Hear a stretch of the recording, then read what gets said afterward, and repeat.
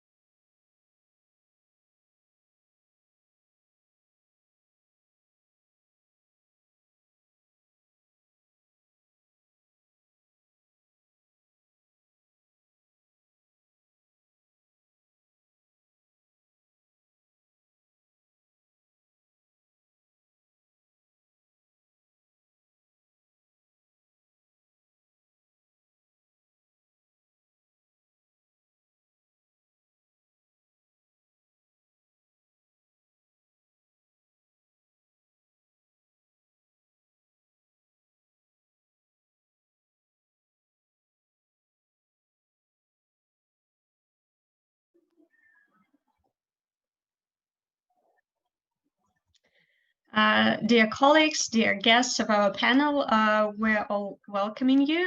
Today we have the second discussion of a peaceful China's rise 2.0 or a threat to international order. And yesterday I listened to the first part of the discussion. It was very fruitful, and we all hope that today it would be even more interesting. So please join us with all your questions, all your insights, and all the thoughts you want to share with us. I won't be telling something long, and I guess we are ready to listen to the first speaker. It would be Tatiana Tashilova from HEC Moscow, and she will tell us about shifting perceptions, exploitation of competitive neutrality concept by China and the West. Tatiana, please welcome. Hello, dear colleagues. I'm glad that you come here so early to listen to my speech about the competitive neutrality. I think nobody or hardly anyone had heard about it before because it's such an obscure concept. And it's quite enigmatic concept, and I hope to show you, demonstrated it through my presentation. Okay.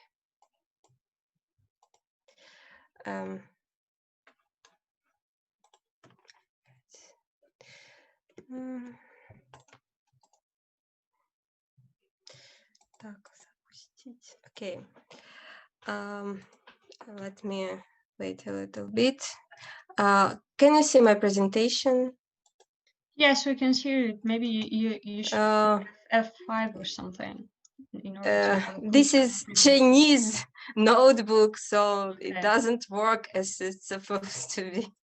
Yeah, F5 doesn't work this way. Oh, okay, so I'll try. Okay.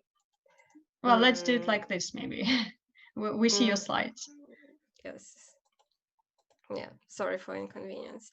So, positioning of state-owned enterprise. Later, I will refer to the SOE, SOS, and private enterprises in competitive neutrality of China. The problem of China's rise had been of primary importance since the beginning of the century. With its increased economic might, many become preoccupied with the question, will China conform and blend in, or would lead its own policies? And if it's the latter, what kind of instruments can be used to counteract? My presentation focuses on the case of the attempt to influence China's behavior through pressure to adhere to so-called standards, in this case to competitive neutrality. It can be defined as a situation in which no business entity is advantaged or disadvantaged solely because of its ownership. This definition includes the possibility of disadvantage that many other definitions omit, because being the property of a state can bring negative consequences too, as will be demonstrated later.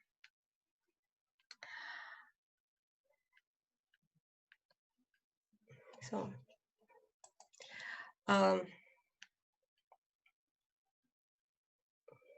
the competitive neutrality had been usually applied to its domestic situations in areas such as tax treatment, regulatory treatment, and source of financing of public enterprises, but most the treatment of public enterprises international procurement. But recently, the term has become increasingly weaponized in international trade relations. The movement is led predominantly by the USA with its fair trade to its advantage on the agenda, and the European Union has started to feel drawbacks of its numerous free trade agreements. Through putting pressure on state-owned enterprise conduct and the corresponding regulation, the Western states in broad terms had tried to diminish economic resources and power of other states, notably China. The importance of this case is that China successfully appropriated the definition of competitive neutrality in order to fight off the pressure to open its markets and equalize the profits with the trading partners. Moreover, this attempt was destined to fail from the start due to the specific positioning of the both arms of the Chinese economy. Both private and public companies are under the control of the state and differ only in the tightness of regulation, but not in nature. So, the precursors to the current competitive neutrality ideas, the Australian government and OECD, defined the purposes of implementation as exclusively internal and economic. Governments are free to set rules and objectives for their SOEs consistent with the overall political priorities. An ultimate goal should be to enhance economic performance and market integrity. So the initial primary goal of the policy was eliminating the ineffectiveness of monopolies. And previously, international regulation had been focused on improper behavior between countries without much special attention to the ownership of companies. The WTO and the GATT did not contain specific provisions. The states were seen as the economic entities representing a consolidated pool of companies for which activities they established rules. Origins of such companies and even rules themselves didn't really matter.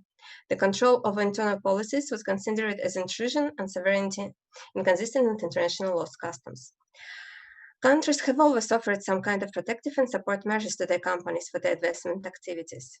The rich countries sometimes formed upon the behavior of the developing countries that tried to catch up with their developed counterparts through state capitalism and tried to police governments through institutions like the IMF and force them to limit exports and increase imports.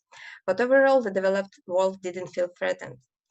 The USA had been fighting off protectionism to maximize its profits and without even hiding its global appetite. So you can see at this quote that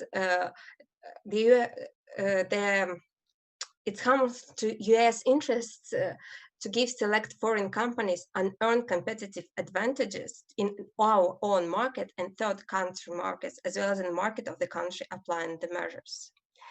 So it meant that everything should be equal totally. but exactly for the profit of US economy.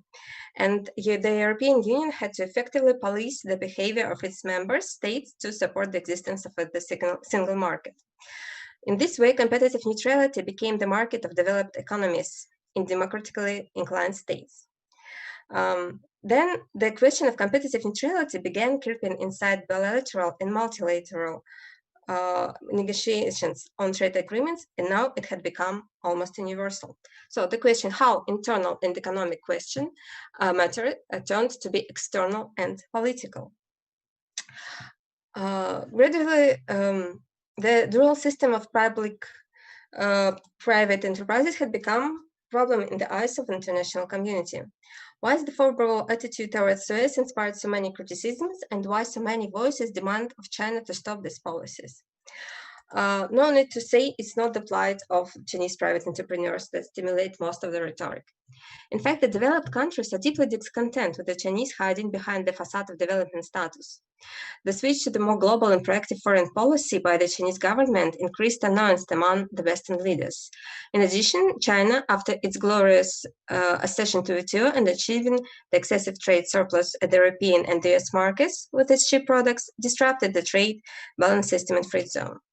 At first, as you can see from this quote, the West had been quite complacent about the obvious non-market behavior of the Chinese government. The plight of blue-collar workers losing their jobs had not become so important politically, and many countries enjoyed their societies becoming truly post-industrial and cleaner and ecological sense. Also, sponsoring the Chinese poor felt good, and it felt like they financed democratization and liberalization of the former communist state. But since the middle of the 2000s, criticisms of Suez and demands to curtail their activities and privileges had become much more vocal. The first reason was excessive accumulation of capital by the Chinese state. Basically, all Chinese GDP belongs to the Chinese state as the lender of the last resort. And the second reason is the multiplied of FDI that Chinese government utilizes substantially for political purposes. After declaring going global policy, the Chinese swiftly showed that they meant business. As you can see from this slide, how from 2003 to 2006, how intensively OFDI, so outright direct investments, rose. And their main objectives were 25% to the developing world, and 5% for mergers and acquisitions in the developed world. So the Western countries felt uncomfortable because their post-colonial contracts were snapped away by the more unscrupulous Chinese companies, and at the same time, the technological basis and historical brands of their economic domination had been consumed with the financial might accumulated through trading with their own countries. Such a situation had to be countered. Considering that China's OFDI volumes at that time had been dominated by Suez, state ownership was chosen as the most accessible target.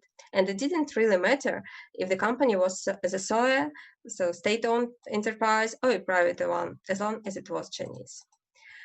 So again, as you can see from the quote of the European thinker from the new period, they switched to more offensive position.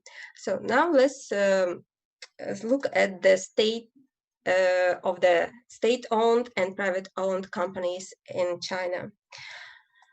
The start of China's shift to capitalistic way of economy in 1978 gave birth to the concept of state-owned enterprises itself in the country, because before all economic subjects had been controlled by the state. So it didn't matter, it was state or private.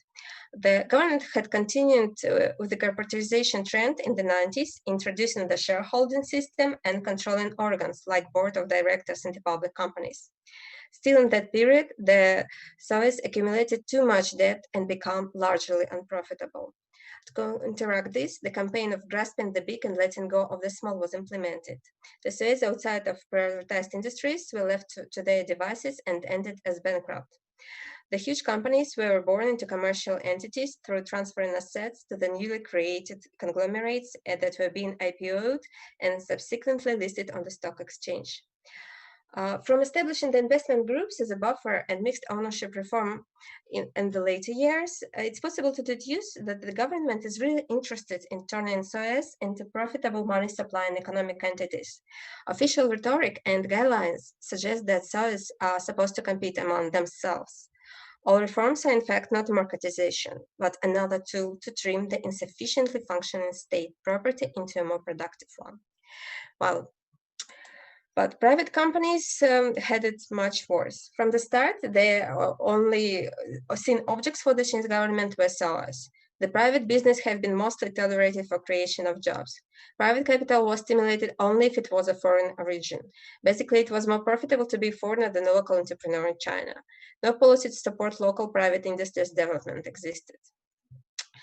And as you can see from this slide, it's proved how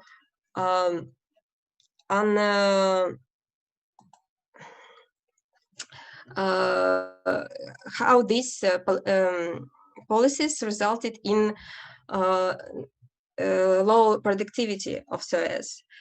These figures show the difference between return on assets between private and state enterprises, the difference in between an ownership and the differences between their profit in states, between state and private enterprises. And also, as in our country, state-owned enterprises collected a lot of debt that overwhelms even national GDP. At first glance, the Chinese SOEs were easy targets because they hit all the problematic points of SOEs privileged positions. Outright and cross-subsidization. The Chinese government is notorious for injecting its economy with excessive liquidity and that loan to SOEs preferentially. SOEs can obtain additional resources on the basis of government ownership, while non-SOEs are highly dependent on their internal resources.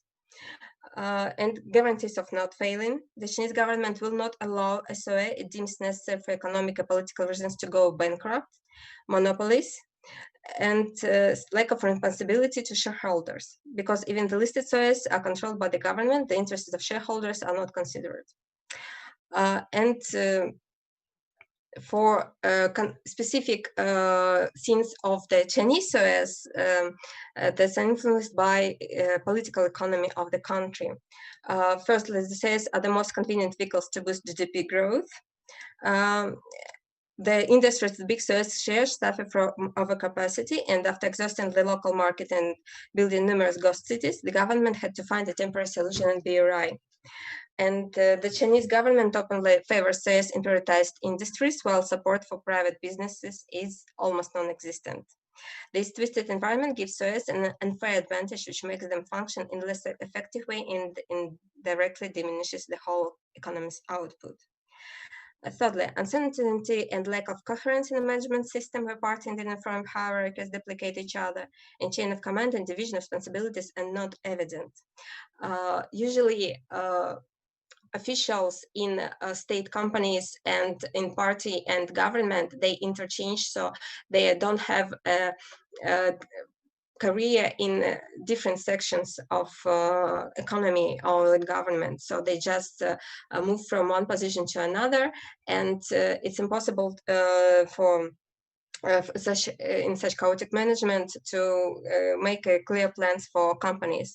And fourth, so is substantially lag behind private firms in capital productivity. Chinese private companies suffer significantly due to the privileged position of SOEs. They divert the capital from private firms through preferential loans and stock investment, and government does not create much incentives. A new popular phrase in China is state advance and private sector retreats. There's no sign that policies leaning towards SOEs will change in the foreseeable future, but lost profits started palpably bothering the authorities in the recent times of economic troubles. The government allows operating mechanisms of SOEs, corporate governance, to become market-based, but strategic and tactical decisions are still being reserved for the party's representatives. Though there is a clear favoritism towards public sector in the Chinese government, and the CPC insists that SOEs will not retreat from the economy, it's more like a distinction between favorite child and undesired one. In no way the Chinese state considers private companies as something separate from itself and out of its control. The private companies should align with the party policy, host the party's representative in its management, and never go out of the line. Here you can see methods of control of private companies. For example, unlike Apple's persistent refusal of US government request to unlock the criminals' iPhones, as you may be heard, Huawei cannot deny the Chinese government any kind of data it holds. The party organizations exist in nearly 70% of privately owned companies. And often joint venture companies are pressured to give a party's representative direct management rights. Between 2015 and 2017, more than 180 Chinese companies amended their articles of association to give the party formal company role. Unable to conform to the new culture, the new charismatic business leaders are forced to relinquish the management rights, as, for example, Jack Ma of Alibaba. In addition, in September 2019, so little more than a year ago, it was declared that government officials would be sent inside 100 private companies. As intrusion of the CPC in all spheres of life, including the private businesses, intensifies the real non-organizational difference between state and the private companies continues to fade away. Therefore, the strategy to attack Suez was faulty at the start. It was mentioned before the Chinese private companies are not independent entities and express the will of the Chinese government as much as Suez. China promotes investment not only by Suez but by private companies as well. If a beneficiary is Chinese, then it must be presumed that the company is controlled by the CPS.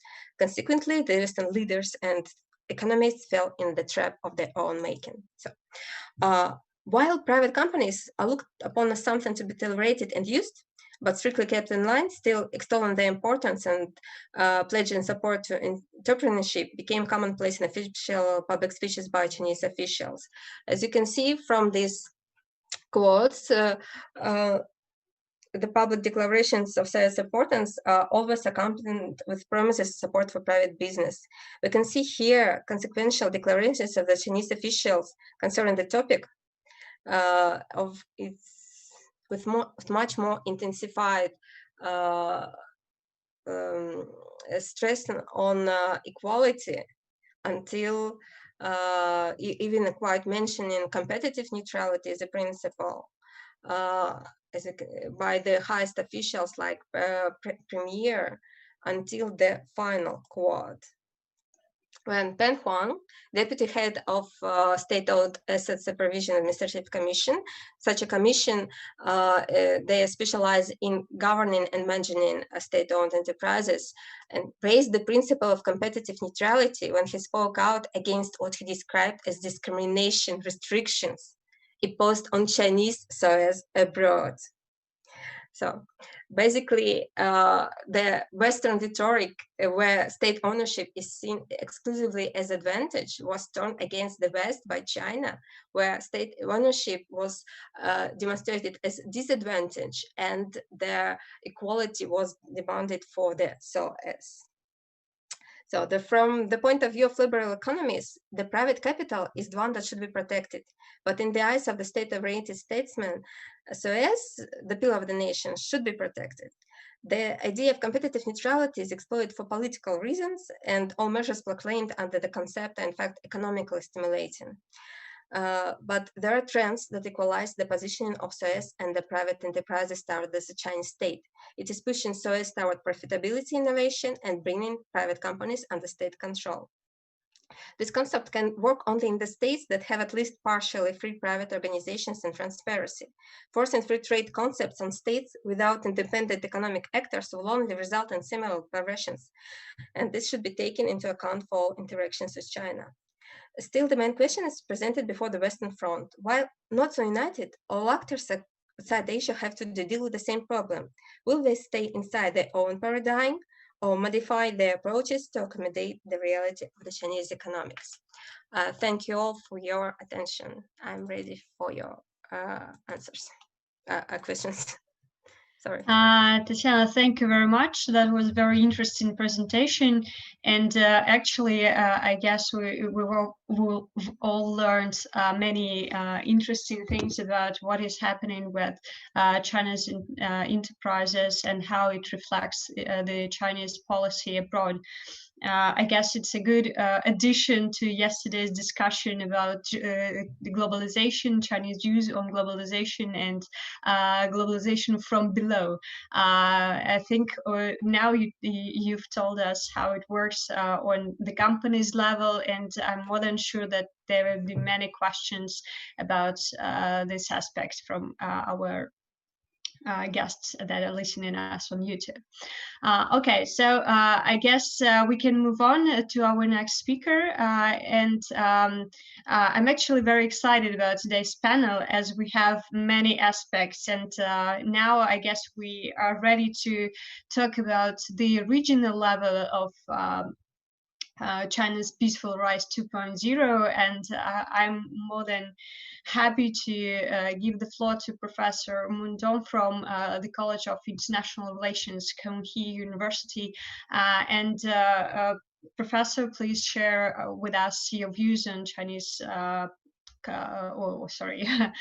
on South Korea's foreign policy under the US-China strategic competition. I guess this topic is very intriguing, and we're eager to listen to your view.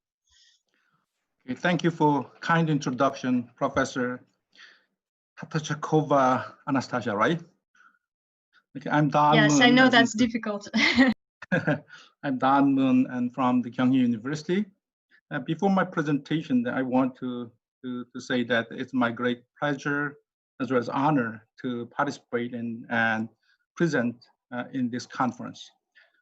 In addition to some sincere congratulations on a 30 years the progress between the Russia and South Korea, I especially want to emphasize that the significance of the successful creation and developments of a double degree programs in the BA and MA between HSE and Kyung University. And since I was a former dean of a College of International Studies of Kyung University, which is the host organ for this double degree program in BA and MA, I also want to thank Professor Sherbakov Dennis and Professor Chang Bum-seok, who worked with me for a long period of time to create the successful programs in the BA and the MA at the same time. I believe that this kind of educational exchanges or a cooperation, and those will be the very foundation of a successful and prosperous relationship between the two countries. So that I would want to say that it would be a very fruitful and meaningful to lay down some foundations for some future, the bright relationship between the two countries by initiating this kind of education program. Okay, I'm going to share my screens for the presentation. Okay. Are you guys following my screens? Yes, yes, we can see them. Okay. We can see the slides. Yeah, again, another greetings that for all the audiences and participants for this the conference. And my presentation topic will be is titled "The South Korea's Foreign Policy Under U.S.-China Strategic Competition." I mainly focus on regional issues here. This is some contents of my presentation. So first part that I want to discuss, this will be probably related to the previous topics in the yesterday's session, how we understand, how we characterize that the US-China kind of relationship right now. And some says it's a kind of a competition, but others seems to be much more serious to a confrontation or conflict or a strategic kind of a rivalry that is irreversible from some point of view. So I want to briefly discuss about how we should understand the relationship between these two countries.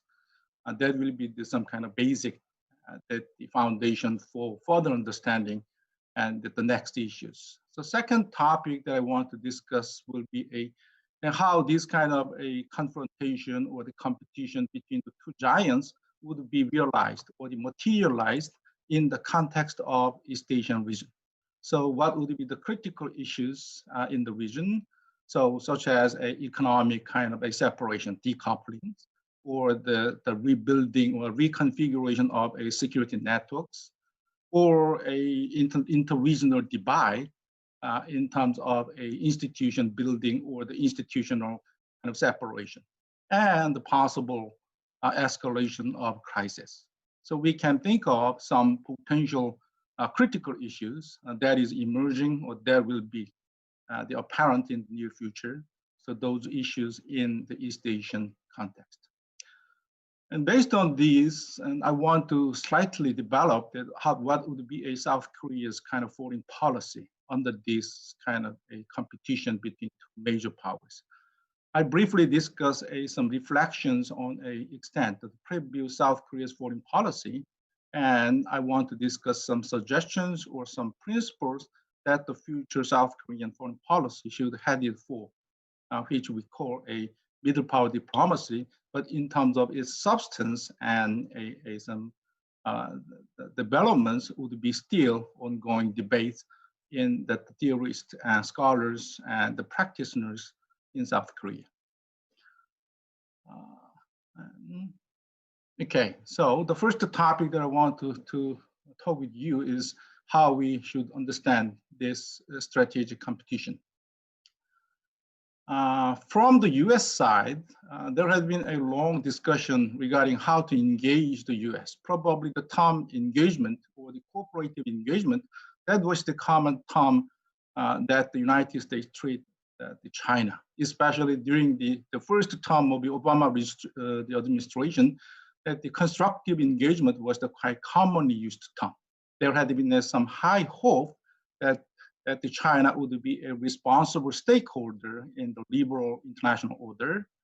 However, now the general orientation, not just in public, but also in the academia, as well as some decision makers, and there had been much more strong kind of orientation toward a containment. On the other hand, from the China side, there had been some consensus saying that the peaceful rising, and there had been some certain accommodation and the acknowledgement of the US leadership, and sometimes that China was trying to avoid any kind of direct confrontation or some standing up with the United States. But now it is much more clear that the China's kind of some pursuit of the national aggrandization or some grand powers, the great powers at the normal diplomatic relation between the two countries. Especially under the Xi Jinping regime, there has been much more kind of some explicit pursuit of China dream and not giving up a critical national interest of China under what pressure or from the United States. So there has been some certain changes in terms of from a much more peaceful and coordinated kind of a cooperation to a much more confrontation or some harsh competition between these two giants. And there have been some long discussions and the debates, controversies over how we define or how to characterize these two major powers relationships, such as a status quo power, such as United States, versus a revisionist power, such as China. Or there has been some another kind of categorization saying that who is some advocate, who is some defender, and who is the challenger to a liberal international order. So there has been much discussion for this, but after the Donald Trump administration, especially the United States unilateralism, as well as some self-destructive kind of aggressive pursuit of their national policies, seems to suggest that this kind of traditional view, the categorization would be quite outdated or not fit for realities in many cases, which means that as we've seen, and Donald Trump's kind of unilateralism and destroying multilateral institutions, as well as the arbitrary the exercise of their power Those seems to suggest that the United States, rather than China, would be the much direct and brutal challenger to liberal international order that the United States already had established since the World War II. So it seems that this kind of traditional the blaming, and then who is the challenger, who is the defender, and those categorizations seems to be a bit outdated. In spite of this kind of still ongoing discussion and the debates, it seems that there had been an increasing consensus among scholars as well as practitioners, which means that in terms of characterizing the properties of US-China strategic competition. As the first one, this conflict or this competition rivalry is not just a one-dimensional one.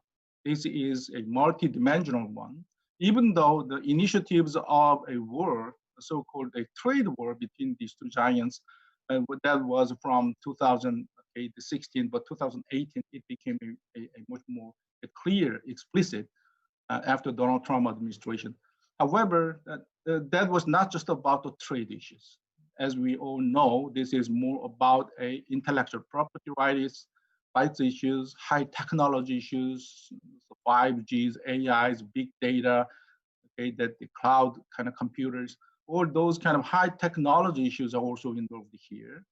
And the industrial policies, as the previous presentation suggests about government subsidies and the state enterprise issues. And there is a different styles of a state involvement in the economies and how there should be some general rules for regulating this government intervention. And also there had been some currency issues and then official development aid, investments, and about the global norms or the institution building, alliance reconfiguration. So that even though the issue seems to be most distinctive in the trade issues or the technology, the technology conflict issues, but it is just not just for those issues, it's multidimensional. And as we all understand, and this is related to some kind of hegemonic power transition issues, hegemonic power shift issues, which means that there had been still extend the power of the United States, and there had been a rising power of China. So how those two main major powers, the great powers, would compromise or confront or make some kind of the directions in their conflicts, and those things would be the main characteristics of this competition or the confrontation. So from that aspect, we should say that this is not just about a trade deals, not just about a intellectual property right things. We cannot settle all those things in a relatively small or the separate issues. There's a long-term as well as a full-scale conflicts. Probably we had continue to witness these kind of ups and downs of this crisis or some escalation or the de-escalation of a confrontation. And also, it may says that there had been a high risk of entanglement or the escalation among economic, security, social, history, cultural issues, which means that previously, when we call that some kind of a golden stages of capitalism, or when we discussed a success of Asian century, there had been some rules that the politics or the security issues should be separated from economic issues. So that kind of separation would be the big kind of a key for the successful management of diplomatic relations among the countries, especially in East Asian region. But it is getting much more and more entangled and much more interacted and escalated in those issues, the interactions. And finally, and this would be especially important and especially dangerous, that as we all see about the rise of populism or nationalism or even racism or anti-globalization sentiments and against multilateral institutions. And we see that there had been some high danger that the using international tensions or the international crisis for a domestic political purpose. And if this kind of some utilization for the domestic political purpose would be a general norms in the region or the major powers, and the outcome would be quite the unthinkable, which should be definitely avoided in anyhow. So as we, there has been some consensus that this is not a short-term one and not easily resolvable one. And this would be a long-term structural full-scale ones. And so what we need to do and we need to think about is now that the issue is how to manage, how to de-escalate, how to control that kind of confrontation would not lead to much more disastrous or much more destructive results or outcomes. On the other hand, as the term, the new Cold War is become quite popular after the Mike Pence, the Vice President of the United States, in his speech at the Hudson Institution in the 2018.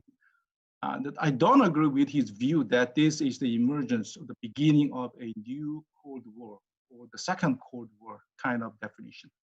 That's because it's not because that there had been some high levels of tension between the US and China, but because it cannot be called as some Cold War that we experienced in the 1960s, 1970s, and 1980s. First of all, as we all know, that there had been a quite high levels of economic interdependence and the social interactions between the two countries. It's not saying that it's impossible to sever or to separate these economic and social the interdependence, but it takes a long time and it takes a high cost to reconstruct a mutually exclusive and hostile blocks. So in the near future, I don't think that this kind of a hostile, mutually exclusive blocks that we witnessed in the Cold War would emerge, right? And as we discussed briefly later, there had been some discussion on a economic decoupling or the separation of global value chain, especially in the region, especially in the high-tech industries, such as we witnessed, as we've seen in the Huawei or the TikTok or some other high-tech kind of some issues. But this decoupling it's just on the verge of emerging, but not fully developed yet. And it takes some time, especially in the full scale of a global value chain. It takes quite a long time to further develop toward this kind of a mutually exclusive blocks in the region as well as at the global level.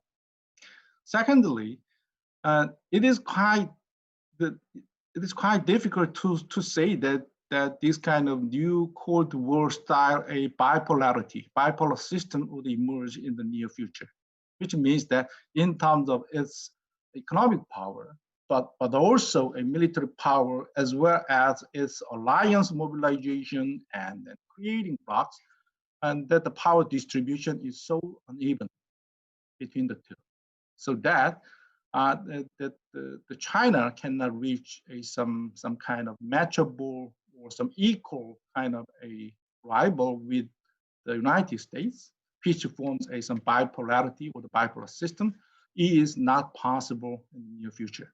So what we suggest from here is that this kind of new Cold War that we have seen experienced during the Cold War period would not be realized in the near future.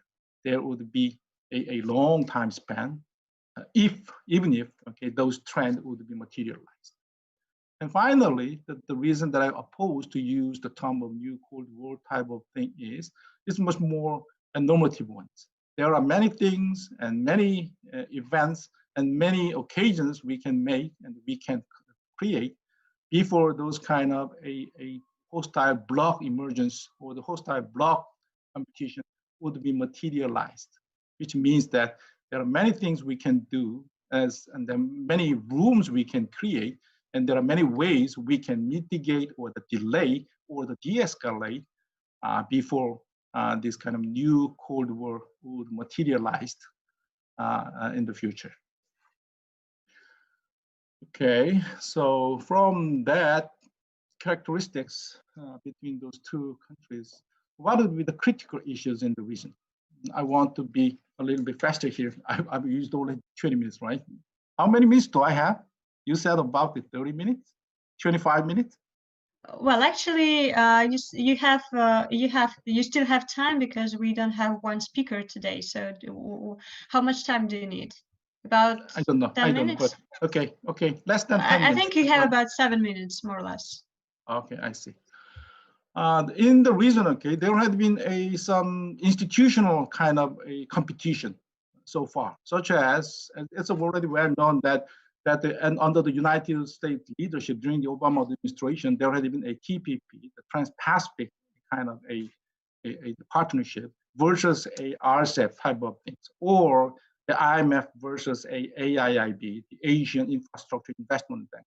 These are all regarded as some institutional building competition with the United States initiative or the United States leadership versus a China initiative or China leadership. However, during this period, this kind of a regional institution competition was not necessarily some mutually exclusive localization.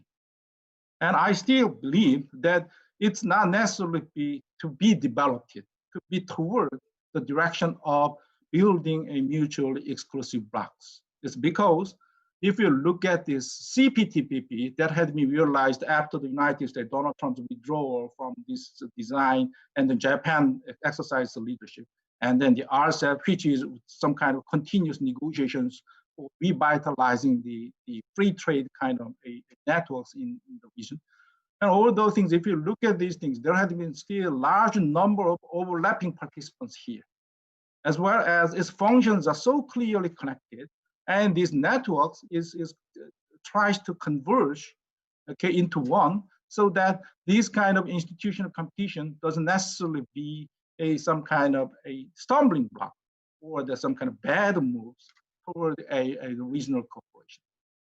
Recently, there have been some moves, especially initiatives by the United States, such as economic prosperity networks. Probably you heard that this one, that was actually the US, Japan, Australia, India. They are the four main actors already being there. And they try to expand those networks by inviting New Zealand, Vietnam, and South Korea. And that is, apparently, it seems to be anti-China clean 5G network, which means that the sanctions against the Huawei and the TikTok, that is a security concern, so that the US military alliances should be clean in terms of this telecommunication or the 5th generation telecommunication networks. And also this Huawei sanction is related to separation of a global value chain in the region.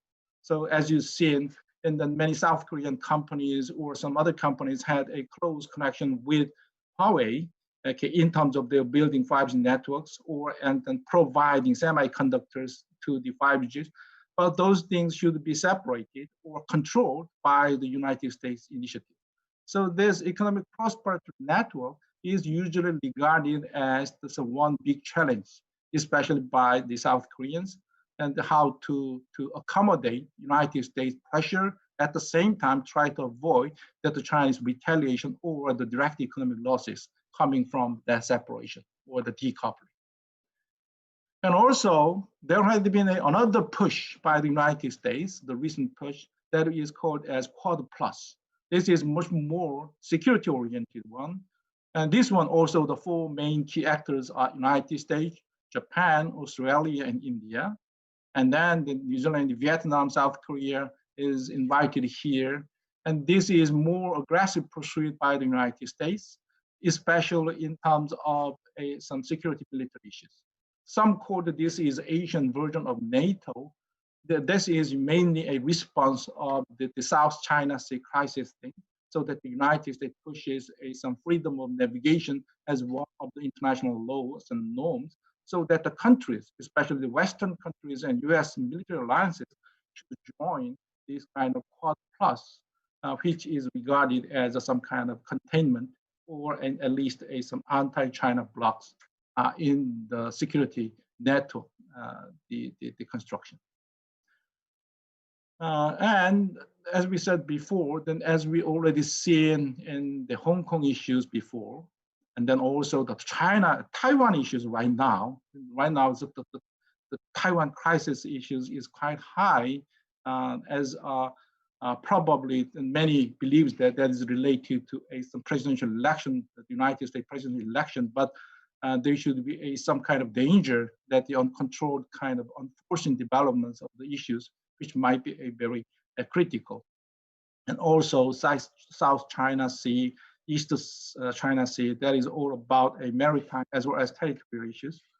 And then, of course, and right now, this seems to be put aside, okay, slightly, but North Korean nuclear program issues also had been some kind of hot spot in terms of some power conflict between the two giants would explode or they emerge in the East Asian region. So all these factors and the development seems to suggest that the pressure on the all regional actors to choose either the US or China, which is disastrous to middle powers or some in-between powers like South Korea. So these actually posed some fundamental kind of a dilemma for South Korean, okay, the foreign policy, which South Korea had handled this one in one way or the other, not so successfully. So we can move to the next topic. It is quite commonsensical expectation about the two scenarios. The first one is continuous steeping of a escalated confrontation.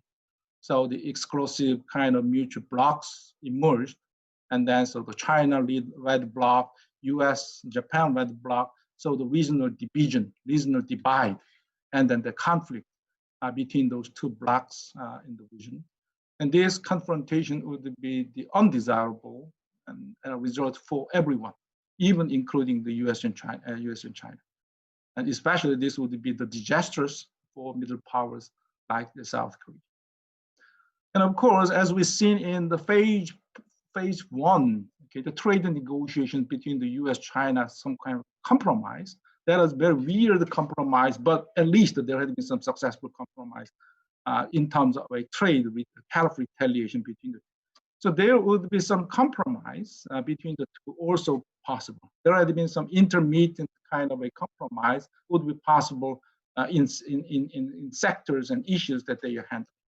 So competition would continue, but there would be not some steep and high levels of confrontation, exclusion, or the conflict. And there should be some institutional compromise for maintaining international economic order, or institutional reform, or the institutional changes or the accommodation for reflecting the changing powers, the power transition, as well as including international concerns, domestic grievances.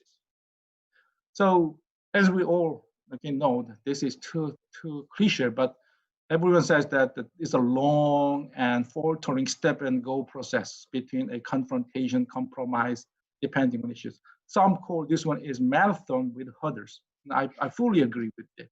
This is not a short kind of a span or the short distance one, the running. This is a long one, but there had been continuous hurdles, stop and go, continuous stop and go process. And so how to manage this confrontation and then crisis, that will be the key agenda in the region, as well as in the South Korea, that the countries in the region. So in South Korea, there has been a continuous dilemma in between the two. So official position of South Korea so far had been a comprehensive strategic alliance with the US. That was the first and top tier in the South Korean foreign policy. Then the comprehensive cooperative economic partnership with China, that was usually called as a second tier. But these two things usually put side by side, and there should be no kind of choice between the two. South Korea continued to try to avoid those kind of explicit kind of choice. So we had a strategic ambiguity between the two in most issues. And that was reasonable and inevitable position given some security dependence on the US from North Korea's nuclear programs and security threats, as well as a heavy economic dependence on China. On the other hand, This kind of ambiguous position, strategic ambiguity, also provokes kind of doubts from the US, especially the US Congress, as well as the South Korea also pushed to the position of vulnerable target from China, as we experienced in the third deployment retaliation. There had been huge economic kind of a retaliation imposed by the China. And sometimes South Korea, put some over-ambitious steps and then send a long signals to the US and China respectively. And also then the South Korea usually mainly focused on North Korea too much, which sometimes loses some balanced view and opportunities to intervene and work with like-minded groups, especially in this kind of regional issues of a big giants confrontation. So I just want to suggest some of the key principles of a middle power diplomacy that is well-known terms, middle power diplomacy, but previously, the previous discussion on middle power diplomacy is more focused on, how can you say, it's how to contribute, how to handle some new global issues, and how to contribute to the global community from a national boundaries, such as the Canada, Australia, Nordic countries in terms of human rights, humanitarian aid, or the environmental issues contribution. But now here, the South Korea's position in the middle power diplomacy is more about how to make balances as well as how to play a facilitating role in the confrontation between big giants in the region. Of course, this was not easy one. So I also understand that many the scholars in terms of middle power diplomacy was quite suspicious, especially the middle power's roles and functions in the security issues. However, there have been some things that we can pursue, such as a support for multilateralism. And the meaning of multilateralism is, as Ruggie says, that was not about just number, more about a universal rules and undiscrimination of the participants. So that is a position to blockization in the region by using a overlapping institutions and memberships. And we also support for open economic order. There's some kind of a liberalizing economic order would be some kind of big assets, as well as the East Asian countries who had been a long beneficiary for this liberal economic order. So that we need to oppose the protectionism, as well as we need to reinvigorate some kind of motivations or the driving force of FTAs, such as using the RCEP or the China, Japan, Korea FTA discussion, which is still ongoing right now. And we also need to respect for the international laws and norms. That there have been many norms, but I believe that the most important in the region is probably the peaceful settlement of disputes. As I suggested, the wise management of crisis would be the most important one in the region for some time being. So that using a various kind of non-legal and legal mechanisms, peaceful settlement of disputes should be pursued, and then the prime kind of principles that all countries should agree. And also that the separating economic issues from security issues and focusing on mutual interest rather than a dignity, reputation, revenge, or some national aggrandization. Okay, this would be the way that the delaying or the de-escalating confrontation and conflict. And also, I want to emphasize that that we need to gather some kind of like-minded middle powers for these issues. As we all know, this kind of steep confrontation would be a harmful, especially the countries in the similar position, like the Australia and Singapore. Actually, that the foreign affairs, that the latest kind of a volume that the Singapore Prime Minister, Leung, he wrote that the Asian century is endangered because of this confrontation, and then the countries should do something. Right? So that would be exactly the similar position with South Korea and other ASEAN countries. And also that we need to contribute and facilitate cooperation in other issues, as we've seen in the pandemic, and then the climate change issues, and then the fine dust issues and environmental issues, and development aid, counterterrorism. All these issues are rather soft room, that expand the voices and dignities of middle powers and their contribution in the global community. And of course, that there should be a critical garnering and domestic support for open, cooperative, peaceful management of regional global order. As we said, that the danger of mobilizing domestic public opinion toward the direction of a anti-globalization, the nationalism, or some kind of the racism, and those kind of populistic orientation would be a big danger that we have to prevent, so that the domestic, how to gather and how to expand the domestic support for a free, open, liberal economic and political order would be the key for all countries should pay attention to.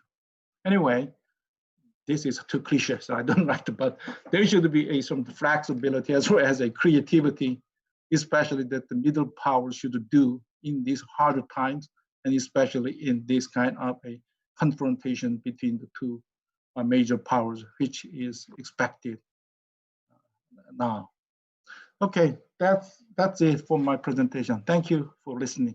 Thank you, Professor Moon. That was impressive, and I guess it would be fair to have the whole panel about US-China competition and the position of different countries on it. So I guess you've made something impossible, and you have so balanced and comprehensive analysis of these issues. And I guess we can have questions and discussions on basically each of your slides.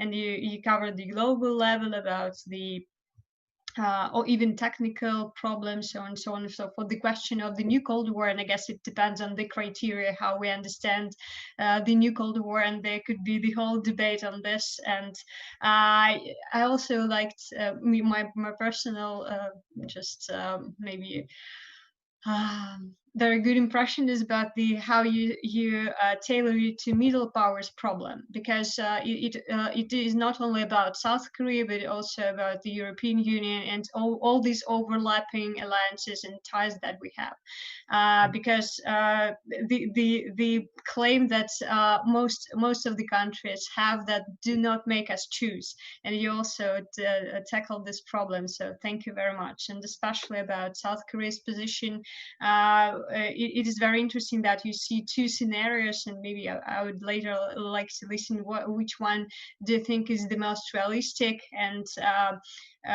because South Korea is in a very interesting position in being very close cooperation to both of these partners. So I guess we are living in very interesting times in the sense, and all this ongoing geopolitical framework would be very, very interesting for the decades only.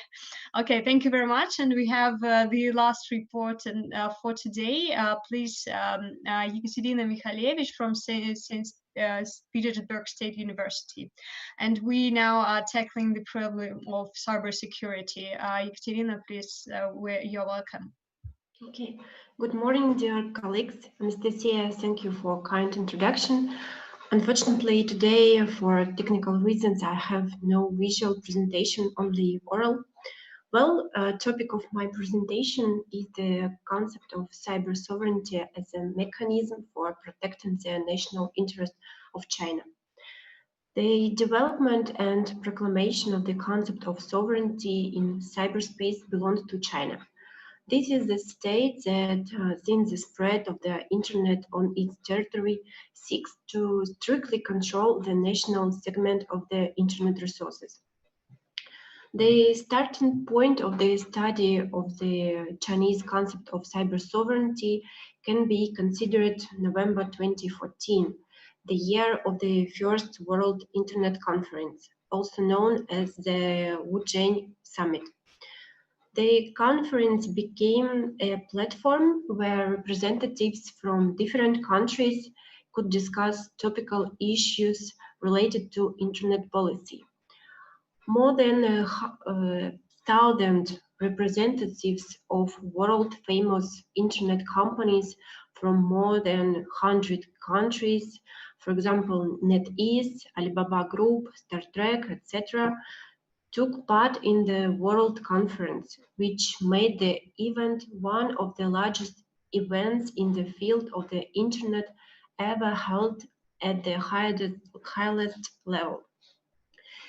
In the speech at the opening of the summit, Chinese President Xi Jinping called on the international community to respect the state control on the internet. He also noted that states have its right to choose the path of development and regulation of the network within their state's borders. Xi Jinping defines the concept of respect for various models of internet governance on the territory of a single country as cyber sovereignty.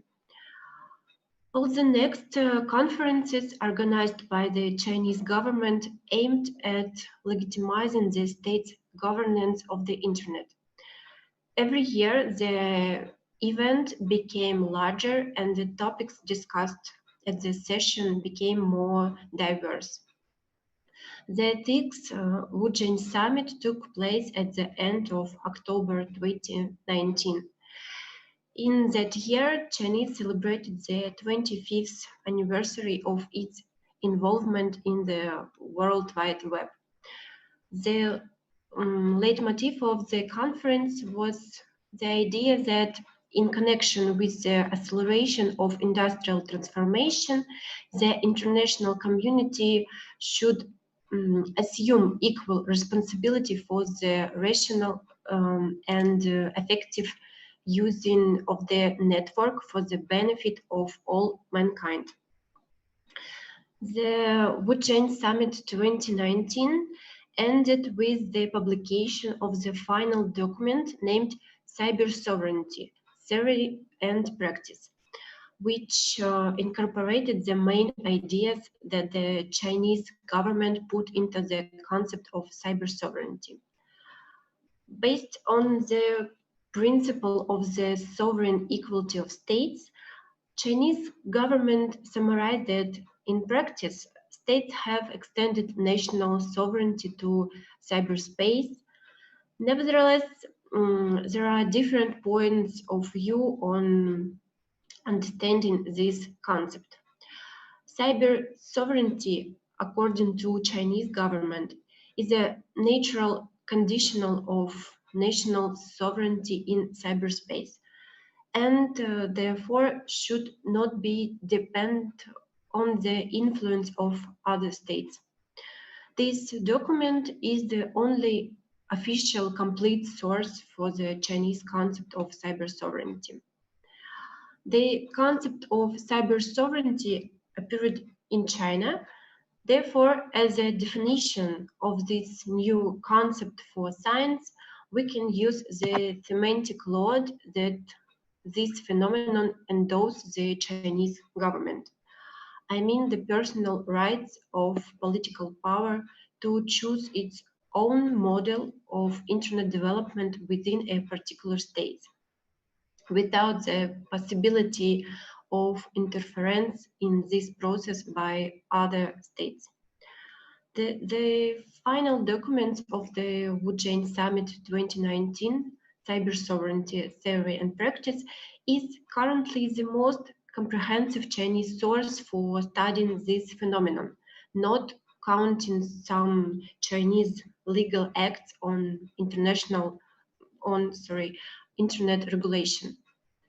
Structurally, the document consists of a preamble and 3 chapters. The preamble is devoted to the historical background of the spread of sovereignty in cyberspace. The authors of the document indicate that this is a necessity dictated by the accelerating process of technological development. The significance of state sovereignty as well as national sovereignty inevitably changed over time and was enriched by new areas. In traditional society, sovereignty was primarily aimed at protecting territorial integrity. The realities of industrial time expanded the scope of human activity both on land and sea and in airspace. In this regard, rules were created to regulate relations between states in these areas, which means that the boundaries of the sovereignty of individual states were established. In the informational age, a new area comes to the fore. I mean, cyberspace, which is integrated into the physical space of human activity. In this regard, we can talk about the logical expansion of the field of action of state sovereignty in this area, in cyberspace. The authors of the document, when presenting their ideas, start from the principle of sovereign equality enshrined in the UN Charter.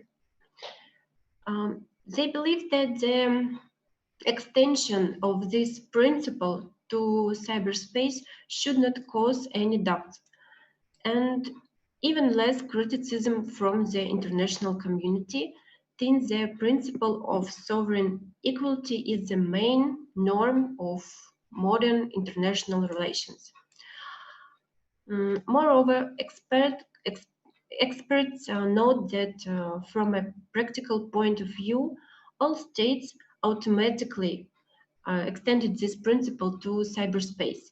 But the problem is the lack of a unified approach to understanding the effective and correct implementation of this principle. In this regard, the Chinese side proposes its own idea for implementing the concept of sovereignty in cyberspace. Cyber sovereignty is, in this document, is defined as the extension of state sovereignty to cyberspace. That is the supremacy and independence of the state in the management of this area on its territory. It follows from this that all states involved in cyberspace have the same set of rights: independence, equality, jurisdiction, and the right to protection.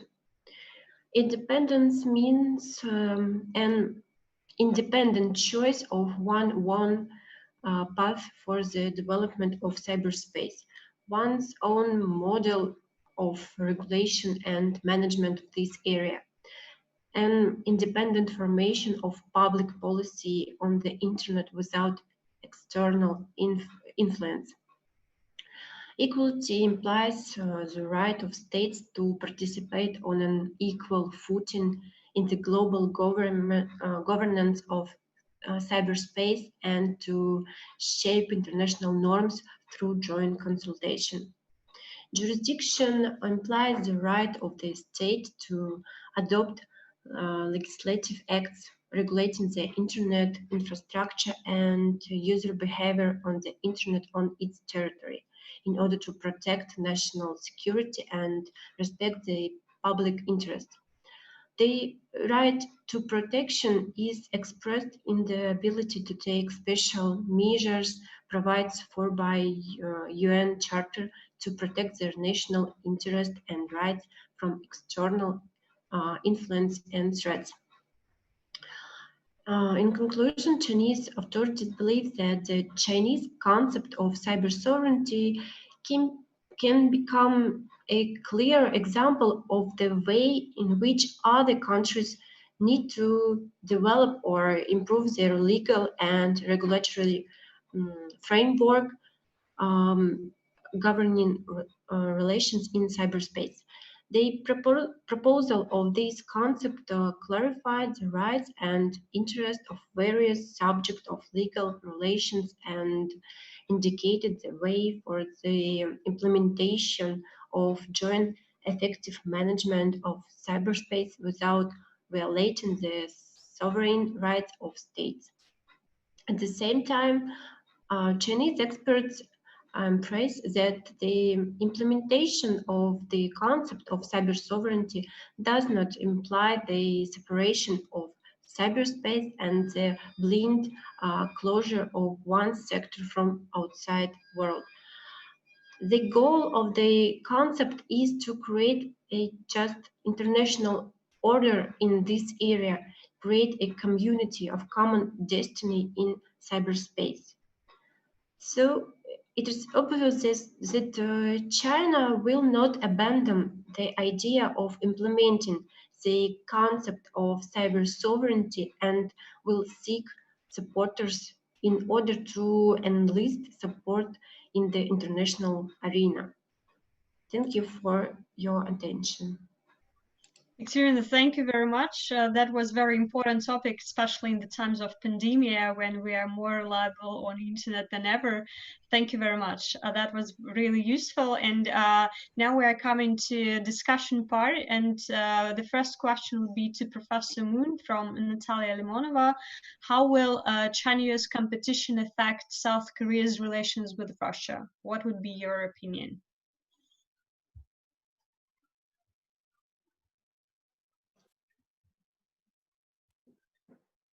Okay, thank you for questioning me. To be frank, okay, I don't think quite seriously about the impacts of this Chinese pressure on a U.S.-Russia relationships, but I'm not sure exactly, but I have a certain kind of a feeling that as you said briefly, that this kind of some pressure from two big giants would not reach just for South Korea. It can reach almost all countries in the world, which would be not exactly the same power status in the global or the regional the context. So there has been something probably that the South Korea can Russia encouraged to cooperate, especially Russia also had some same kind of mutual interest in terms of stable management or the stable and kind of cooperative economic order at the global level, as well as we also want some stability in terms of a territorial or some kind of the conflictual situations in the region. So there have been some things that by respecting for a multilateral organization such as WTO or the United Nations, where there had been some room for support for some opposing to a protectionism or the opposing to the unilateralism or opposing to some kind of naked use of force, okay, in terms of the realizing their means for national interest. So there are some room that we can expect, we can anticipate. However, I'm not sure, but there had been some dynamics that probably in terms of those pressure kind of a materialization, probably each country, the US or the China, they also gather their own close friends or at least the neutral parties in that the dynamics, which means that it is usually common, okay, that say that at one of the paper saying that there has been a new alliance formation between China and Russia against the United States. That's also kind of some potential, some possibilities for this. But I'm not some hardcore realist, but I usually believe that geopolitics usually tells something. So usually, and there has been a bit more concern, a bit more some insecurity if your neighboring power is too big, too powerful. So there has been some common interest that the Russia also share with South Korea or some other neighboring countries of China, in that the China's use of power or their legitimate status at the global system would be too big or too extremely kind of some expanded, and then probably there are some things that we need to care, okay, the common.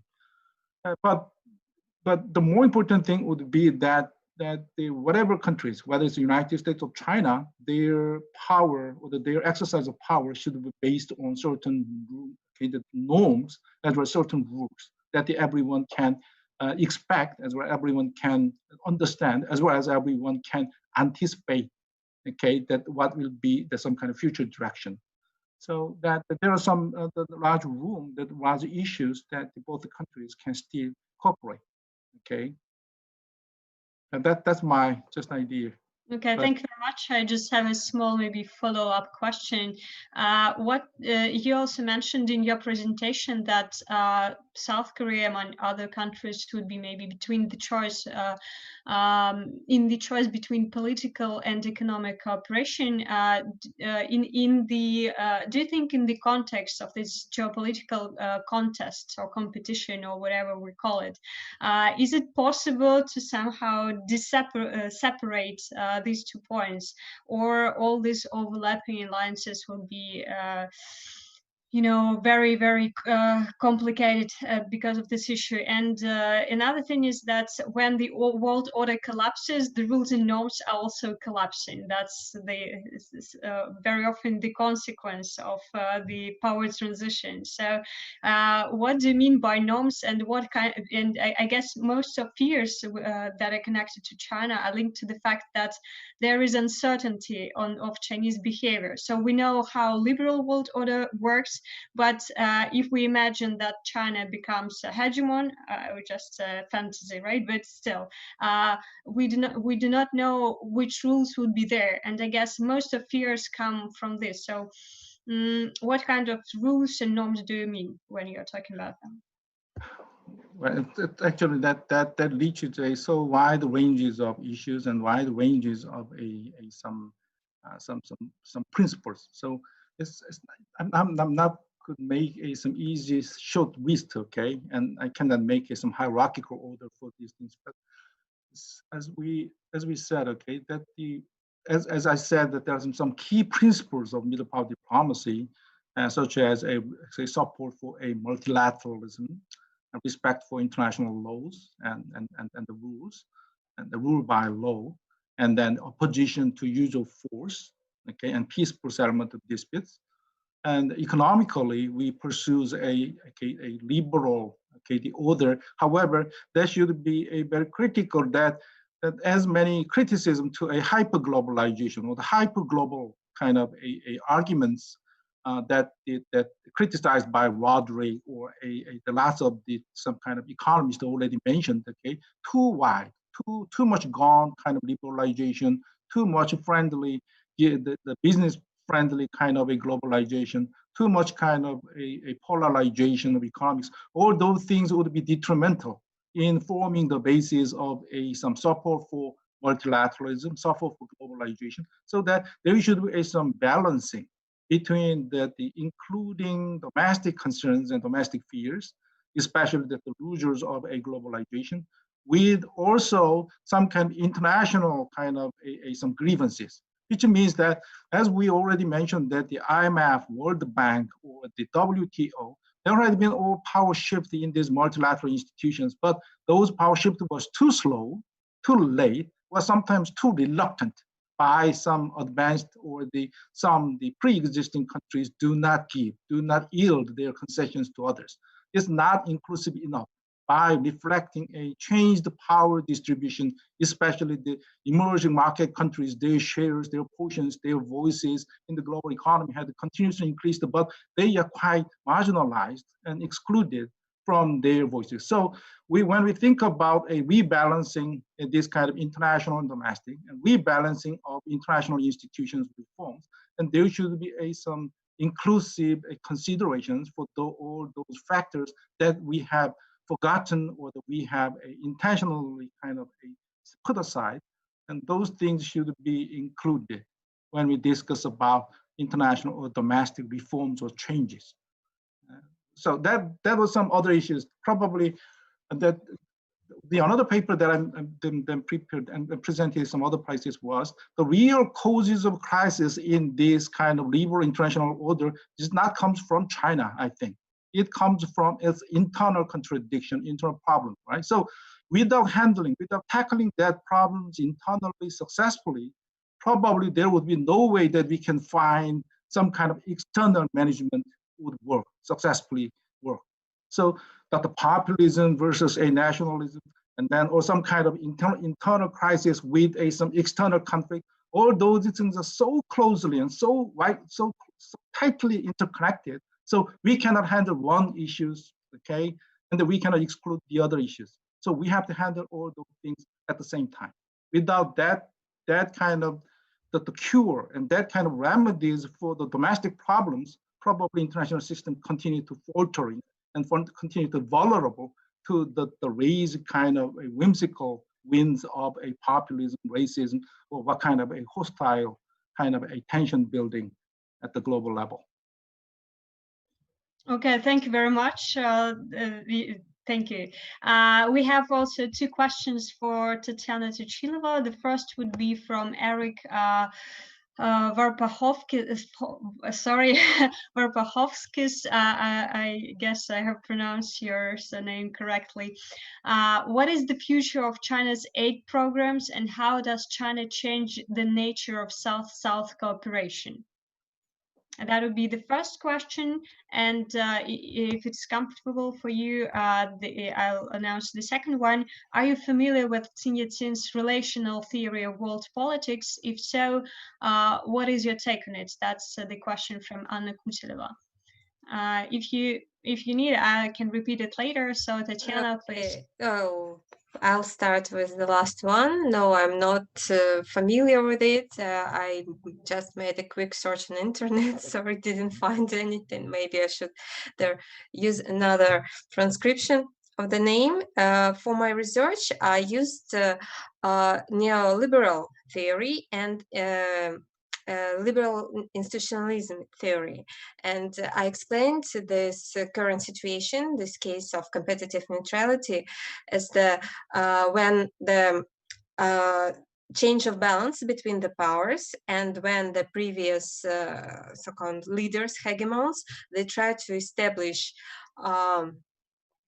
like to put the potential challenger back through the place through institutions that they have that existed before and were they're all empowering the institutions of liberal economies, but it failed exactly because the challenger exists in different paradigm, in different so for them, for him, for the challenger, these norms do not apply, and that's how China managed totally to revert this system into like to turn it back onto a head and to brush off the attacks of the West, so-called. So like, and the first question was about aid.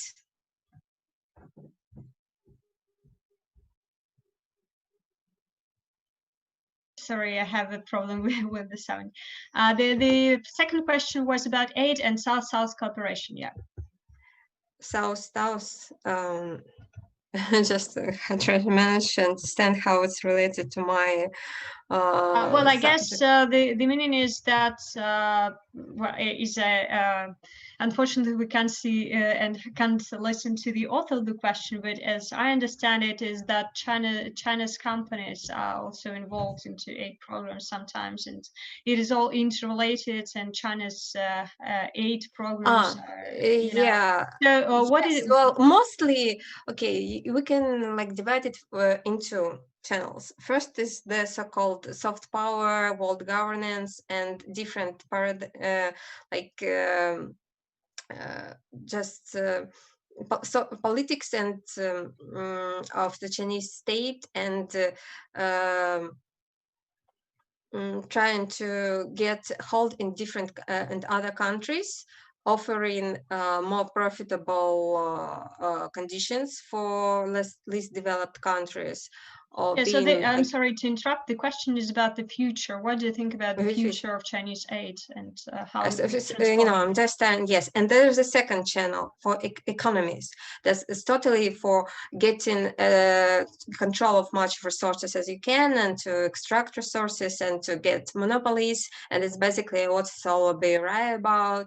So I think they will continue to coexist because at least you have to present a favorable facade to the countries you go, like for economic investments to. Otherwise, there would be riots, there would be political problems, for example, like Central Asia right now, where there are riots against Chinese workers. So there will be aid, but it all be combined with economic expansion. And let's not forget that Chinese inside the country are still extremely poor. So it's not a like benevolence of the heart or benevolence of the rich. They are political. First of all, like to present China powerful, strong, and a new leader. And the second one is to get as much resources as possible. So I think that it would be not south to south. I'm sorry, I just didn't research that much. Okay, I guess we all need academic discussions in order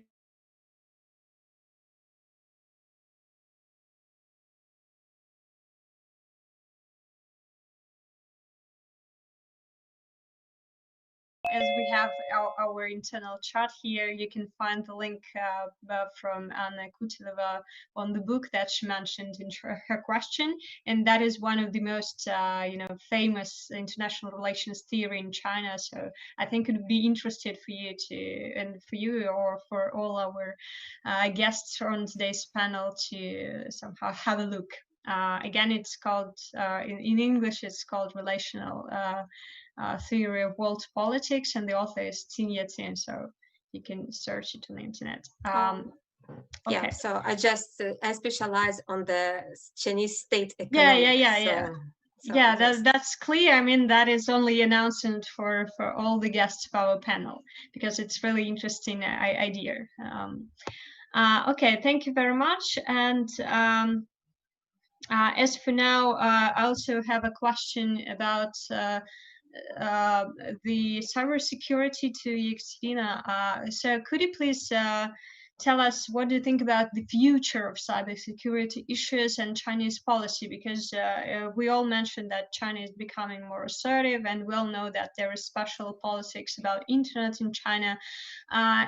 You also mentioned some important regulations and important documents in your speech. So could you please name some basic directions how all this will follow up? And maybe do you expect any international cooperations on this field? Do you expect China to somehow submit it to a regional level and establish it in a more cooperative format, or it will be a more isolated format?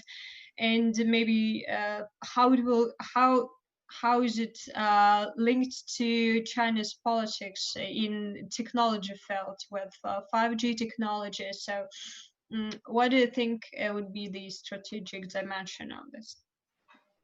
Okay, thank you very much for your question. Well, I need to say that there are several countries that agree on the principles of the concept of cyber sovereignty. And the most striking example is the BRICS countries. And I can say more. In 2018, the BRICS countries signed a document on the creation of a single cyberspace on their territories. But the main problem is the lack of an international legal acts for the creation of a single cyberspace. But yeah, this can be in the nearest future. Okay, thank you very much. As we have some time left, I guess we can also have a brief discussion on different issues. And I have several questions for all the speakers, because I'm quite intrigued with all your thoughts. So maybe we'll start from Professor Moon again. And my next question would be about the maybe the new Cold War that we were discussing, and the decoupling process, because decoupling is something very intriguing, and you mentioned also the trade war issues. So what are your expectations about the sanctioned policy, maybe even AIDS policies, and the process, how decoupling will take place? You also mentioned in your report that actually it's hard to say that China and US are not cooperating, right? They are very interconnected, and they have spheres that have survived, and for sure this cooperation will continue. But on the other hand, we see this mood that the US initiates the processes when they somehow are putting sanctions. They are even not on China, but on other countries, and they also initiating the change within the alliances. And we see that on South Korean experience as well, right? That the US are changing the conditions for cooperation with their allies. So what are your personal expectations from decoupling? How it will go on, I don't know, global, regional, and maybe a local level? What kind of changes do you expect? Yes, okay. Thank you for your question. The decoupling, especially the economic decoupling, usually at the beginning, it focuses on trade war and the impacts of trade war on a real adjustment of some trading sectors for each country, as well as some other countries. So it seems that there has been some phenomenon, and if you look at the data after this kind of trade mutual exchange of high tariff war, and there had been some trade deflections and then trade diversion, okay, between those two countries. And then there had been some winners and losers in this kind of trade diversion process. But still, what we suggest about this, some meanings of decoupling, but as well as limitations of decoupling, is that when we say about some kind of some 5G or some semiconductors or some Huawei issues or some TikTok issues, we usually see that some high technology, cutting edge industries, there has been clear impacts for these economic sanctions and the readjustments of a global value chain between the two countries, as well as some neighboring countries, some kind of a second and third vendors for these or the products, okay, data networks. However, if you look at some other traditional industries, it seems that those kind of trade decoupling, separation of some kind of a production change would not be that big enough, right? And not that clear and not that apparent. So some suggested that economic decoupling seems to be some simple term, but we need to look into is some kind of sectoral variation, not an overall trend, but also a sectoral kind of a variation in terms of decoupling.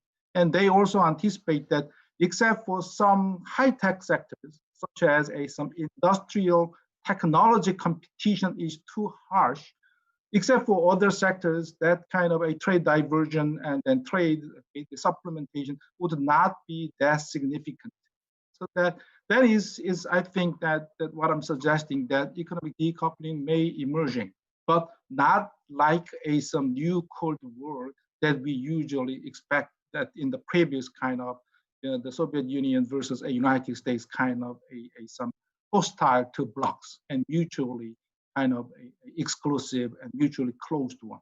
And that would not be probably, I'm not saying impossible, but that is very difficult and very costly. And even if the policymakers want to pursue, it takes a long time with some kind of broad domestic kind of cost, which would be, I personally believe that those things would not probably possible, probably a realizable, especially in the US or even to China, because especially the United States. Think about that Donald Trump has a bit some outlier kind of the behavior in some issues, but still there has been opposition from those kind of trade policies in the United States domestic politics. So if the two extreme kind of push toward that direction of decoupling in every sectors, that is probably unrealistic and unimaginable to me. So I should say that it may happen, especially in some kind of most cutting edge and highly competitive, some strategic sectors, okay, but not in the every kind of economic interactions. Probably there should be some continuous, okay, some developments or the continuous for those economic interactions between those countries would be possible.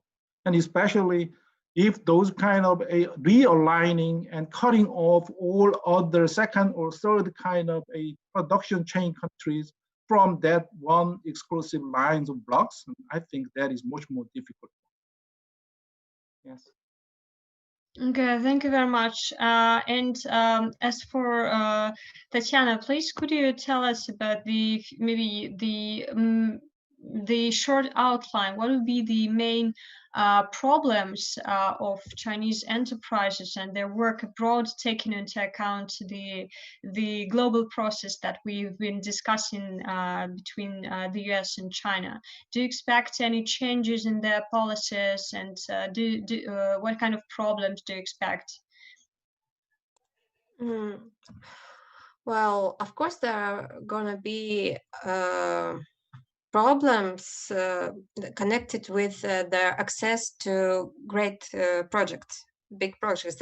It was already in place, judging from like 5G Huawei situation.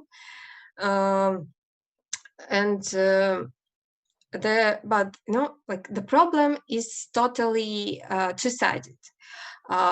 Chinese companies already invested too much. They're already too embedded in Western economies, and that led to the, for example, limitation of freedom of speech in the US and other Western countries when other, for example, the ads or sponsorship were taken out, or after the, for example, protection of Hong Kong and other hot political issues at the same time. So the China tries through their companies to pressure the West. Of course, it will lead to some drawback and to some kind of reaction. So as you said before, it's uncertainty, and we are not aware of what are going to be the reaction of Chinese. So we know that Hong Kong is out. We can't speak. Before it was Taiwan, then Hong Kong, Uyghur,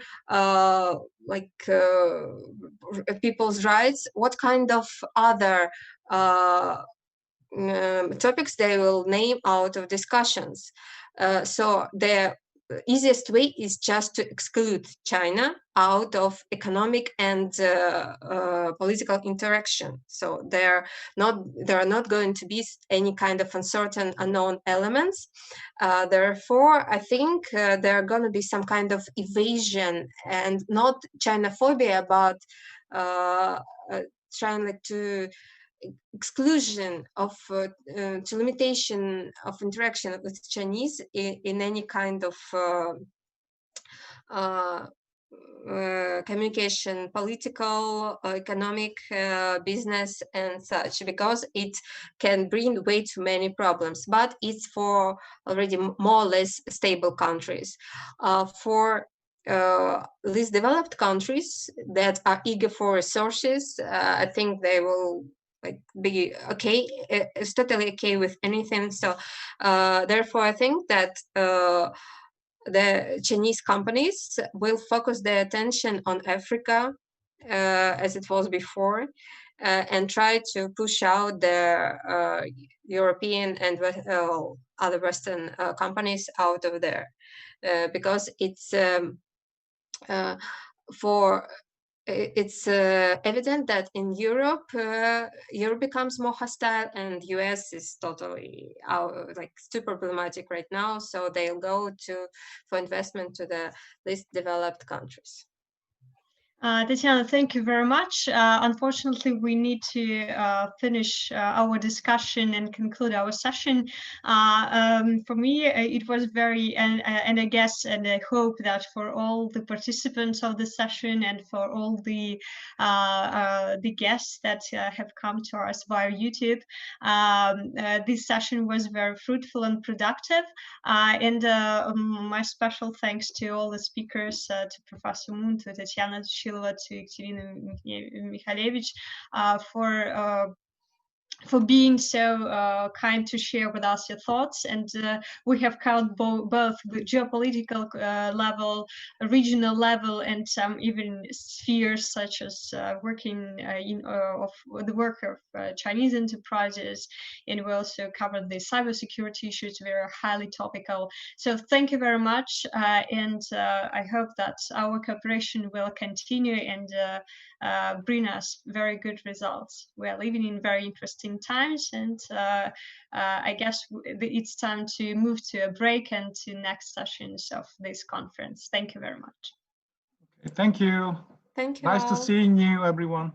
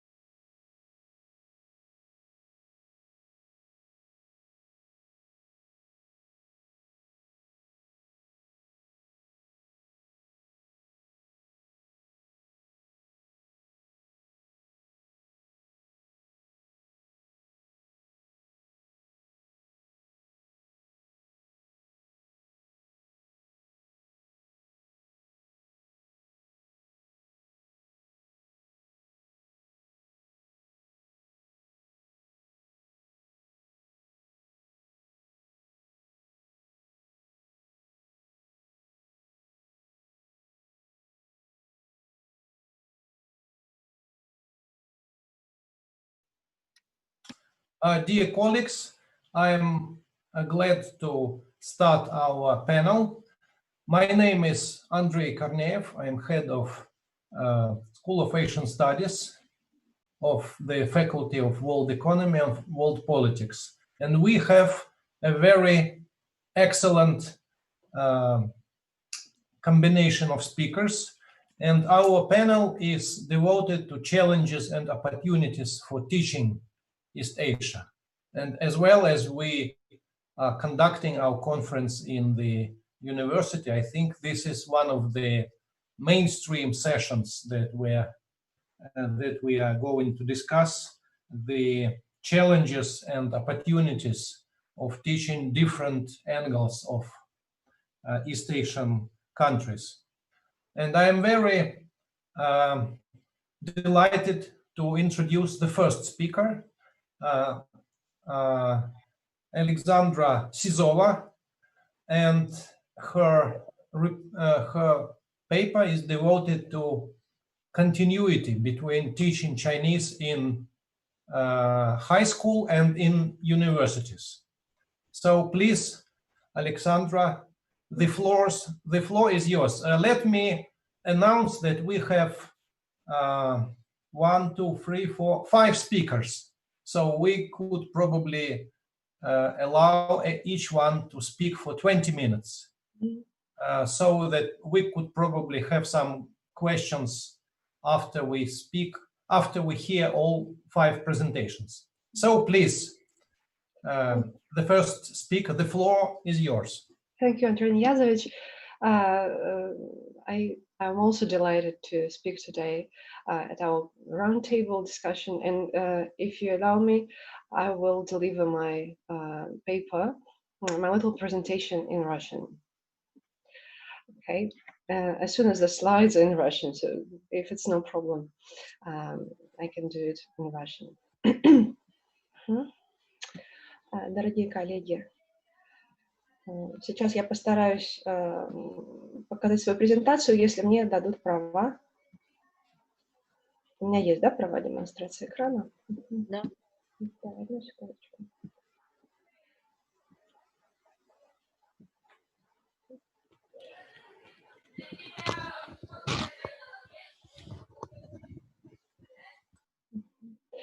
Так, по какой-то причине я...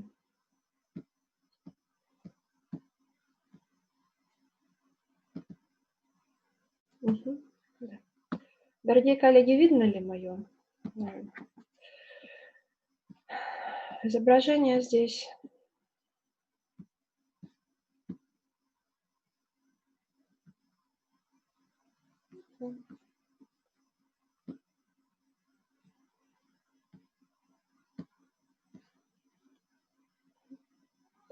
Скажите, пожалуйста, видно ли мой экран?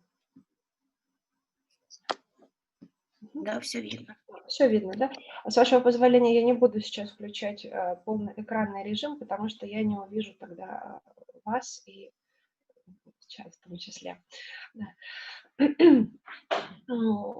Тема моего сегодняшнего выступления связана с проблемой преемственности в обучении восточному языку на 2 ступенях, ступенях школы и вуза, преимущественно старшей школы и первых годов обучения в вузе.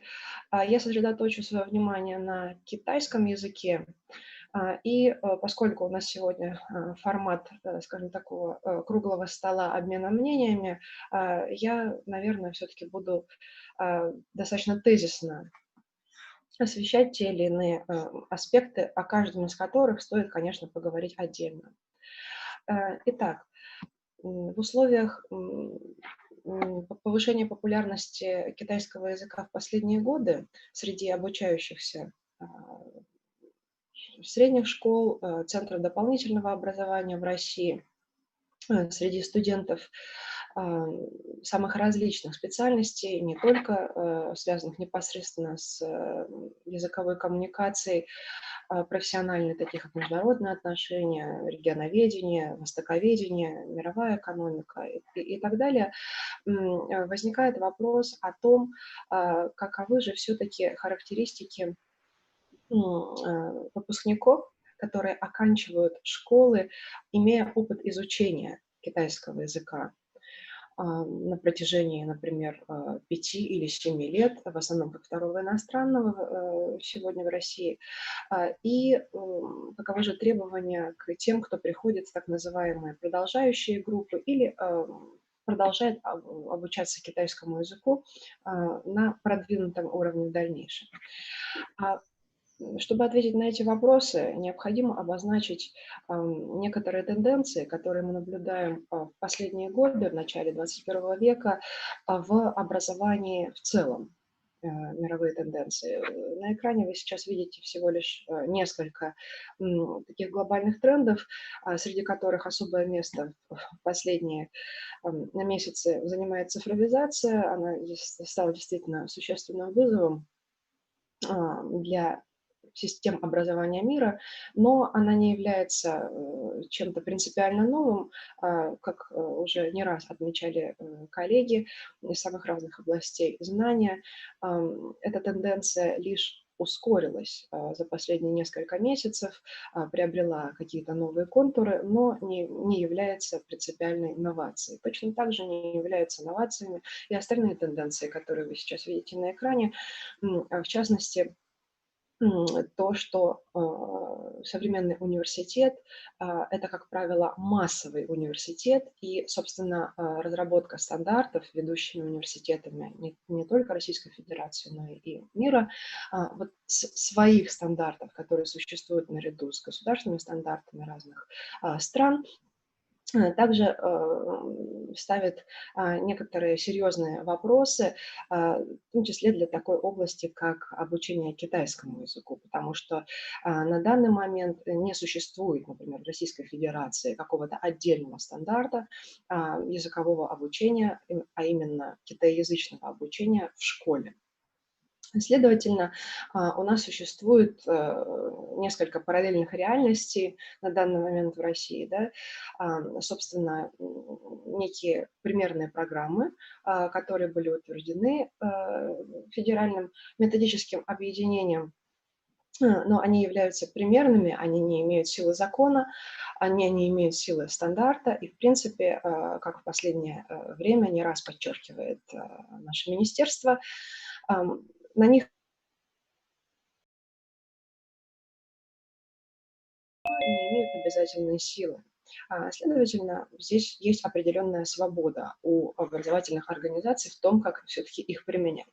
Также существует другая параллельная, скажем так, ситуация. Это создание учебно-методических комплектов, которые обязаны находиться в соответствии с федеральными государственными образовательными стандартами, но в то же время они могут отражать и некоторую авторскую позицию, которая, естественно, не должна расходиться с позицией законодателя, но, тем не менее, всегда разработка учебников предполагает и некую авторскую концепцию. Соответственно, здесь может наличествовать и элемент избыточности, полезной избыточности, которая, соответственно, может использоваться во благо подготовки, например, к олимпиадам, конкурсам и так далее, в том числе подготовки ребят с особыми образовательными потребностями, индивидуализации их образовательной траектории, которая тоже, в свою очередь, является трендом современного образования. И повсеместно сегодня ведущие специалисты в области образования об этом говорят, что это особенно значимо и в эпоху цифровой трансформации. Существует также и другой момент. Он также должен быть и обязан тесно быть связан с образовательными стандартами, но, тем не менее, здесь есть нюансы для обсуждения. Я имею в виду здесь единый государственный экзамен по иностранным языкам, и в частности, с 2019 года этот экзамен проводится еще и по китайскому языку. Правда, количество обучающихся, которые выбрали его, снижается. Например, в этом году было существенно снижено по сравнению с прошлым. Это можно связывать с разными факторами, в том числе, наверное, с условиями пандемии. Но, тем не менее, специалисты отмечают, что, конечно, для этого экзамена возможно, готовы сегодня не все обучающиеся, и его, в принципе, функционирование, конечно, требует дальнейшей работы и профессионального обсуждения. Что здесь имеется в виду? В рамках единого государственного экзамена предполагается не только соответствие федеральным стандартам, но и некоторая рамка уровня, который, собственно, проверяется на этом этапе. Это означает, что люди, которые сдают этот экзамен, должны так или иначе в дальнейшем, имея определенную оценку по результатам этого экзамена, поступить в вуз в рамках той системы, тех правил приема, которые в вузах Российской Федерации существуют. И это означает, что люди доказали некоторый уровень своей языковой, по крайней мере, компетенции и могут продолжать в дальнейшем изучение языка, наверное, уже на другом, не начальном уровне. И вот здесь у нас существует такая значительная проблема, потому что, во-первых, количество этих обучающихся невелико. Это несколько сотен, вот в этом году, по тем данным, которые у нас имеются, по крайней мере, из открытых данных, известно, что это не более 150 человек. Здесь я могу ошибаться, но, по крайней мере, вот такие есть открытые данные. И, следовательно, ребята, которые сдали этот экзамен и которые приходят в вузы, скорее всего, или те, которые не сдавали этот экзамен, но сдавали другой иностранный язык, поступили на образовательные программы с китайским языком, они могут претендовать на обучение на продолжающем уровне, но возникает вопрос, может ли такие условия обеспечить образовательная организация. Например, в Высшей школе экономики у нас ситуация здесь достаточно благоприятна, и мы ежегодно открываем группу с продвинутым уровнем китайского языка.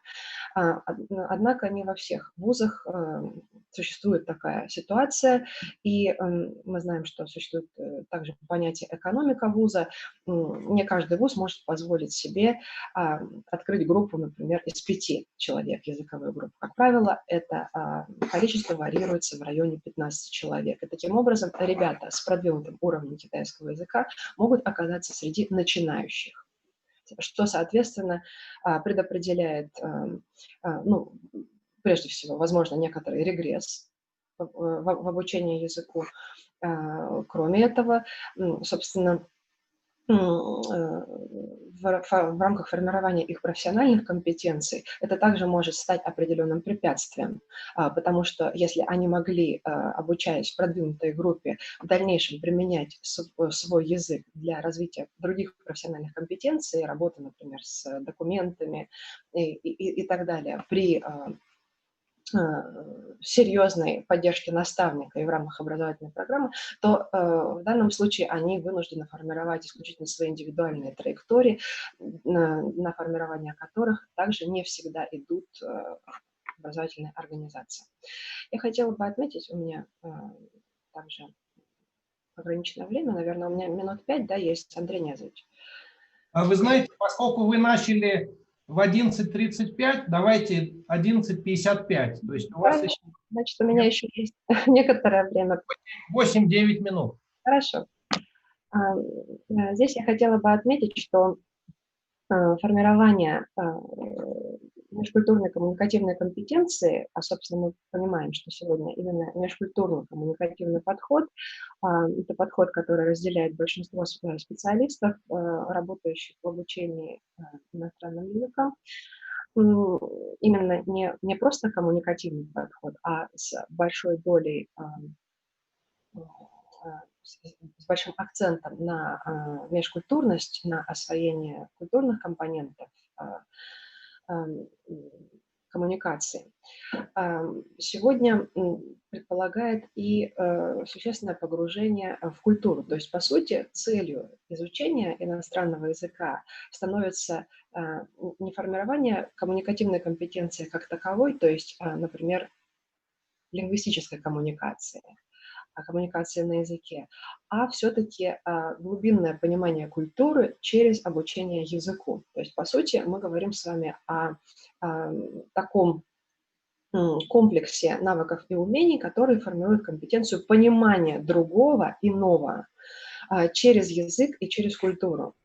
И в этом смысле стоит упомянуть о том, что, конечно, здесь на помощь нам приходят различные культурологические теории, различные подходы к исследованию культур, и здесь мы видим выдающиеся имена, начиная от Холла, заканчивая Льюисом. И модель Льюиса сегодня, в частности, вот при познании культур, в том числе восточноазиатских, может быть для ответов на некоторые наши вопросы достаточно полезна. Вот, например, по модели Льюиса и концепции его культурных профилей мы видим такие характеристики китайской культуры, как, собственно, реактивность в широком смысле и некоторые маркеры, которые вы видите справа, да, характеризующие реактивную культуру. И по этим характеристикам мы понимаем, что для большинства обучающихся, которые начинают изучать китайский язык в школе, второй иностранный, в основном он начинает изучаться либо с 5 либо с 7 класса, в редких случаях сейчас изучается с 10, хотя такие случаи тоже есть. Соответственно, вот эта культура представляется существенно отличной от той, которую, например, обучающиеся постигают на уроках английского языка, на уроках первого языка, как правило, это европейский язык. И для того, чтобы овладеть межкультурной коммуникативной компетенцией, постичь тот культурный мир, который они постигают вместе с изучением китайского языка как предмета, безусловно, требуется гораздо больше усилий, интеллектуальных усилий, дополнительного чтения, дополнительных видов учебной и внеучебной деятельности, чтобы постепенно войти в вот этот мир другой культуры, принципиально другой экзотической культуры, и сформировать другую языковую личность именно на китайском языке.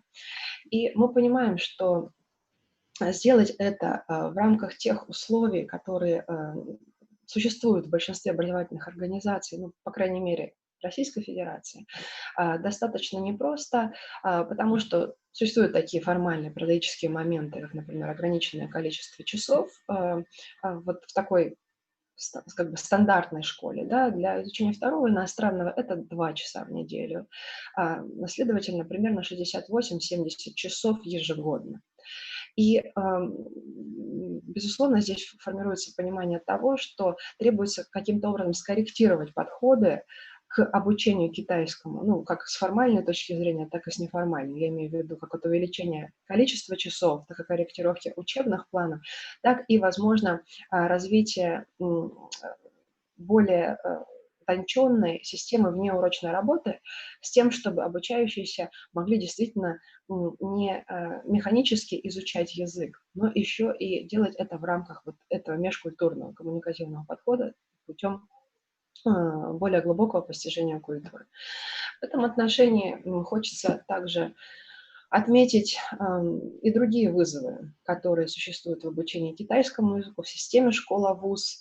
Некоторые вызовы, которые мы здесь видим, характерны и на вузовской ступени, в том числе, не только на школьной. В частности, если говорить именно о школе, что характерно для школы. Это, конечно же, про стандарты я уже упомянула сегодня, про ЕГЭ тоже, но, например, существует такая достаточно фундаментальная проблема сегодня, это вопрос об адаптации дисциплины китайский язык к школьной среде. Существует понимание того, насколько отлична сегодня среда школы от того, что было даже еще 10 лет назад. Те тенденции, о которых я упомянула в начале, достаточно прочно вошли по всему земному шару в реальность современной школы.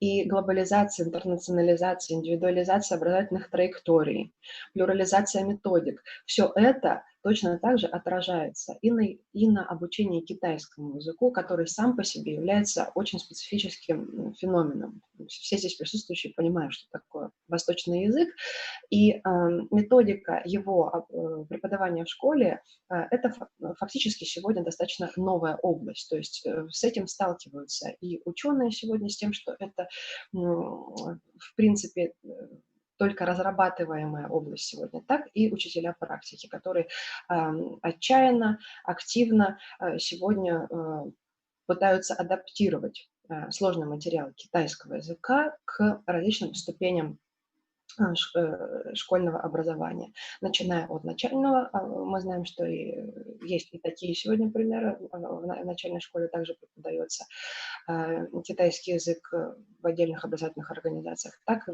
в основной школе и в старшей школе. Ну и, конечно, существует проблема психовозрастных особенностей, но это не то чтобы проблема, это скорее вот такое условие, которое необходимо обязательно учитывать педагогам, многие из которых, кстати, с точки зрения кадрового обеспечения, да, не являются изначально педагогами по основному базовому образованию, получают педагогические компетенции в дальнейшем, втором образовании, в магистратуре, в программах профессиональной переподготовки. А вот именно изучение психовозрастных особенностей, психологии развития и адаптация языкового материала, культуроведческого материала к занятиям по китайскому языку также сегодня такая серьезная методическая задача. Заключается... Александра, 1 минута осталась. Да, я как раз хорошо укладываюсь. Я как раз хотела бы в конце отметить, что среди глобальных тенденций, упомянутых в начале, есть цифровизация, скажем так, как, не только как наш вызов современному образованию, но и как реальность, вполне возможно, тенденция в долгосрочной перспективе. И в этом отношении сегодня и обучение китайскому языку на школьной ступени, на вузовской ступени, которые сегодня становятся все более тесно связанными в связи с обстоятельствами, которые я упомянула в начале, с ростом интереса к этому языку, конечно же, цифровизация открывает перед нами новые перспективы, и даже в области китайского языка цифровая трансформация сегодня происходит. Пример тому я сегодня привожу на этом слайде. В Московской электронной школе сегодня уже существуют уроки по китайскому языку в цифре. Учителя создают сценарии, авторы учебников предлагают электронные формы учебников для изучения китайского языка, уже входящие в федеральный перечень учебников. И учителя также активно используют те ресурсы мировой паутины, которые существуют, например, и появились во время коронавируса в Китае. Пример привожу сейчас на экране. Например, можно использовать открытые уроки китайских учителей по самым разным дисциплинам. И не только. Это всего лишь один маленький пример того, как сегодня цифровизация входит в том числе и преподавание китайского языка. И хочется надеяться на то, что все эти элементы новой реальности сегодня сделают вклад в дальнейшее эффективное развитие и укрепление этой связки школа-вуз в обучении китайскому языку. Спасибо за внимание. Okay, thank you, Dr. Schizola, for your comprehensive presentation. We learned a lot about teaching Chinese in both high school and universities. And the second speaker is also from our Moscow campus, Dr. Nina Rogova, who will be speaking about incorporating English language phenomena into studying Chinese. You also have 20 minutes, please. Okay, thank you very much. Hello, dear colleagues. If you don't mind, I'm gonna have my speech in English because as you have already understood, my research is directly connected with English. So let me just open the presentation. I hope you can see the screen. Could you please let me know if everything's okay? Everything's okay. Yes, thank you very much. So as has already been announced, my research is connected with incorporating English into the process of teaching Chinese to Russian university students who already can speak English. Today, I'm going to focus on the experiment that I have recently conducted, trying to, well, prove if it's true or not. So just to explain a little bit the reasons why I, embarked on this research.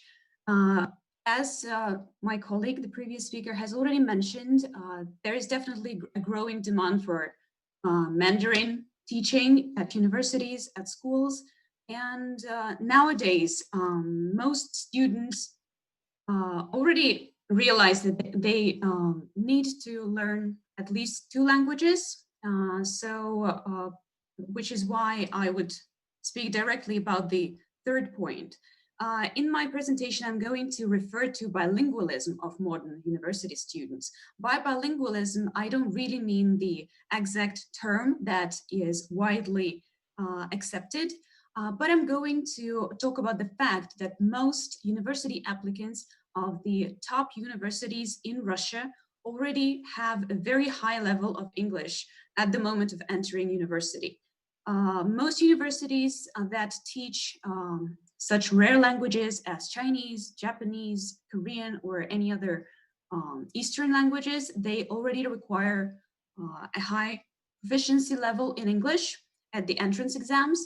So when we deal with our students who are starting to learn Mandarin, which is, well, as you all know, the accepted term for Chinese, they already have the experience of learning one foreign language. And that is exactly the reason why I decided to check if the knowledge of English, proficiency in English, can be beneficial for the process of studying Mandarin. As you all know, or probably know, or probably have heard, Mandarin is a highly complex language with a language phenomena not at all similar to Russian language. So a lot of students are struggling with acquiring knowledge about even basic grammar items. So I believe that a modern student who is already bilingual with Russian language and English language as their background can actually benefit from this experience of learning English before. So they already have the awareness of difference between their mother tongue, which is Russian language, and L2, which is English for them. They already know that they're not supposed to build sentences according to the Russian structure that they have in their head. Otherwise, they just need to figure out the right way to form the sentence in English in another grammar formula. So that is one thing. They already know that they cannot go ahead and translate every single word that they have in their initial sentence. And secondly, they already have the general experience of learning a language. What I mean by that is that they know that it takes effort, it takes a lot of time, and it cannot be achieved just in even in 1 year. 1 year, as we all know, is just a short period of time, which is not enough for acquiring a high level of language. So they already know that. And every time they, for example, struggle with something, you just can actually use this, their knowledge of their previous experience of learning English to explain to them. Just remind them, was it easy with English? Were you aware of this rule initially in English? Of course not. And what happened then? Thanks to the practice, you got where you are now in English. You can use this grammar, you know this rule without any problems. And how did you achieve that? And they realized slowly that, yeah, it took time, it took practice, and only after that they got where they are now at the level where they are currently in their English studies. So this actually helps psychologically. That's what I have noticed, especially with very complicated students who get demotivated, discouraged with their failures or something like that. So that was actually an introduction. I would also like to say that while using English during teaching Chinese, we also give our students a deeper understanding of English grammar, which is kind of funny, but I have noticed that every time I refer to an English grammar phenomena while teaching Chinese, students, they sort of manage to create a new shelf in their heads where they put Chinese and English, similar grammar phenomena or linguistic phenomena together, and it creates a more well-ordered space in their brains. As you know, when everyone is learning two foreign languages simultaneously, there can be a confusion between the two of them. It is really important to help students to create this order, if it's possible for the teacher to do so. Also, I marked opportunity to practice English, which I think nowadays is also quite a problem for modern students. I have heard complaints from my students who are HSE students that they miss opportunities to speak more English or just to review the basic grammar rules, probably, because everything that they study after they have entered universities is quite complex. They focus more on the academic language, and they tend to forget some of the basics of the English language. And it might be beneficial not only for Chinese, but also for English. But enough for that. As I have already said, I would like to specifically talk about the experiment today. So the experiment that I conducted contained 4 parts. First, there was the series of questionnaires, which I'm shortly going to show you. Then there was an English placement test to figure out what kind of level the students, the participants have. Then there was the lesson based on specific language phenomena that is similar in English and between English and Chinese, but not very similar in Russian. And finally, I conducted a Chinese control test to figure out if it worked. So let me first tell you a little bit about the participants. So I asked 38 undergraduate students of HSE aged approximately 20, and they were all students of different years. And as you will see later, I used 2 programs. There were students of the 2nd, 3rd, and 4th years. And the first program that participated was Economics and Politics in Asia, the one that is hosting the present conference. And the other program is Foreign Languages and Intercultural Communication from the School of Foreign Languages, also at HSE. There were 4 groups, one group of 2nd year students, 2 groups of 3rd year students, and 1 group of 4th year students. I will tell you a little bit more about their level in a while, but first let's take a look at the general results of the questionnaires that I've distributed. Unfortunately, I have not translated the Russian section. I have just realized that because the questionnaires have been conducted in Russian to avoid confusion from students. So I've asked a series of basic questions about the correlation between Chinese and English, just to figure out if I'm on the right track at all. But as you can see that among 44 respondents, the most of them, about 64%, replied that yeah, well, in a way, although, right? So, sorry, I'm mixing up the statistics. 64% replied, of course, that no, which would be logical of them because Chinese, as most people know, is very different from almost all languages in the world.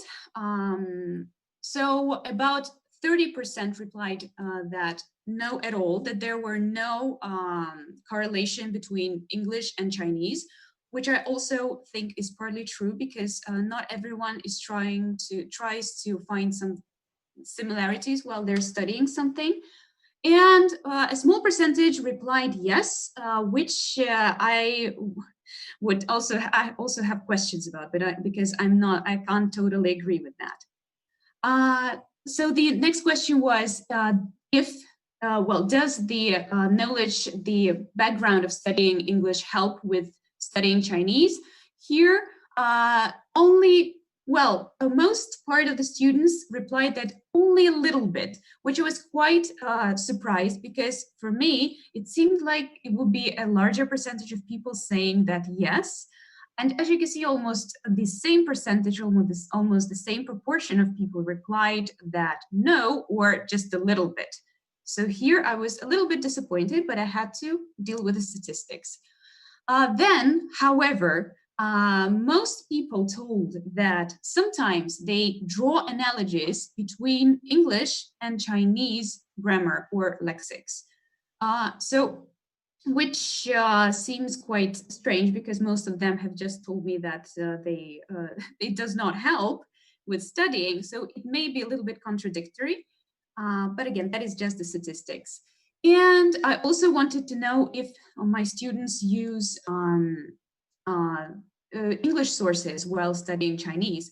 And that was mostly, like, the majority said that yes, of course. And that is also, I think, one of the important factors while teaching Chinese. We also need to keep in mind that there are more English-based resources for studying Chinese than Russian-based ones. Obviously, because English is the international language, and there are more people who create course books in English, and a lot of Chinese publishing houses work and create course books in English. So I think that that is an important thing that we need to keep in mind and encourage our students not only to focus on Russian publications and Russian sources, but also on the English-speaking ones. Okay, so I've analyzed the number of classes that the participants have. Currently are having per week. And as you can see, the number differs a lot. As you can see that although on the program 2, which is the multicultural communication, there are much fewer lessons that they have managed to have over the 3-year period, 3-year educational period. And there are many more lessons, classes of Chinese at the first program.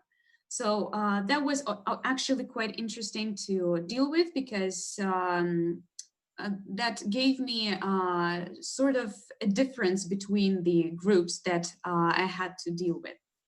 So I decided to divide the participants into 4 groups: 2 experimental groups and 2 control groups. Experimental groups are the ones that I used English to explain some Chinese grammar phenomena and lexical phenomena. I'm going to give you some examples later on. So in experimental groups, I used English as a medium of instruction, pointing out some similarities and explaining something from the English point of view. And in control groups, I did not use any of that at all. I conducted language specifically in Russian, of course, pointing out the same it's the same grammar phenomena and linguistic phenomena, just pointing their attention to it and just explaining that this is how it works, this is the phrase that you need to remember, but no reference to English.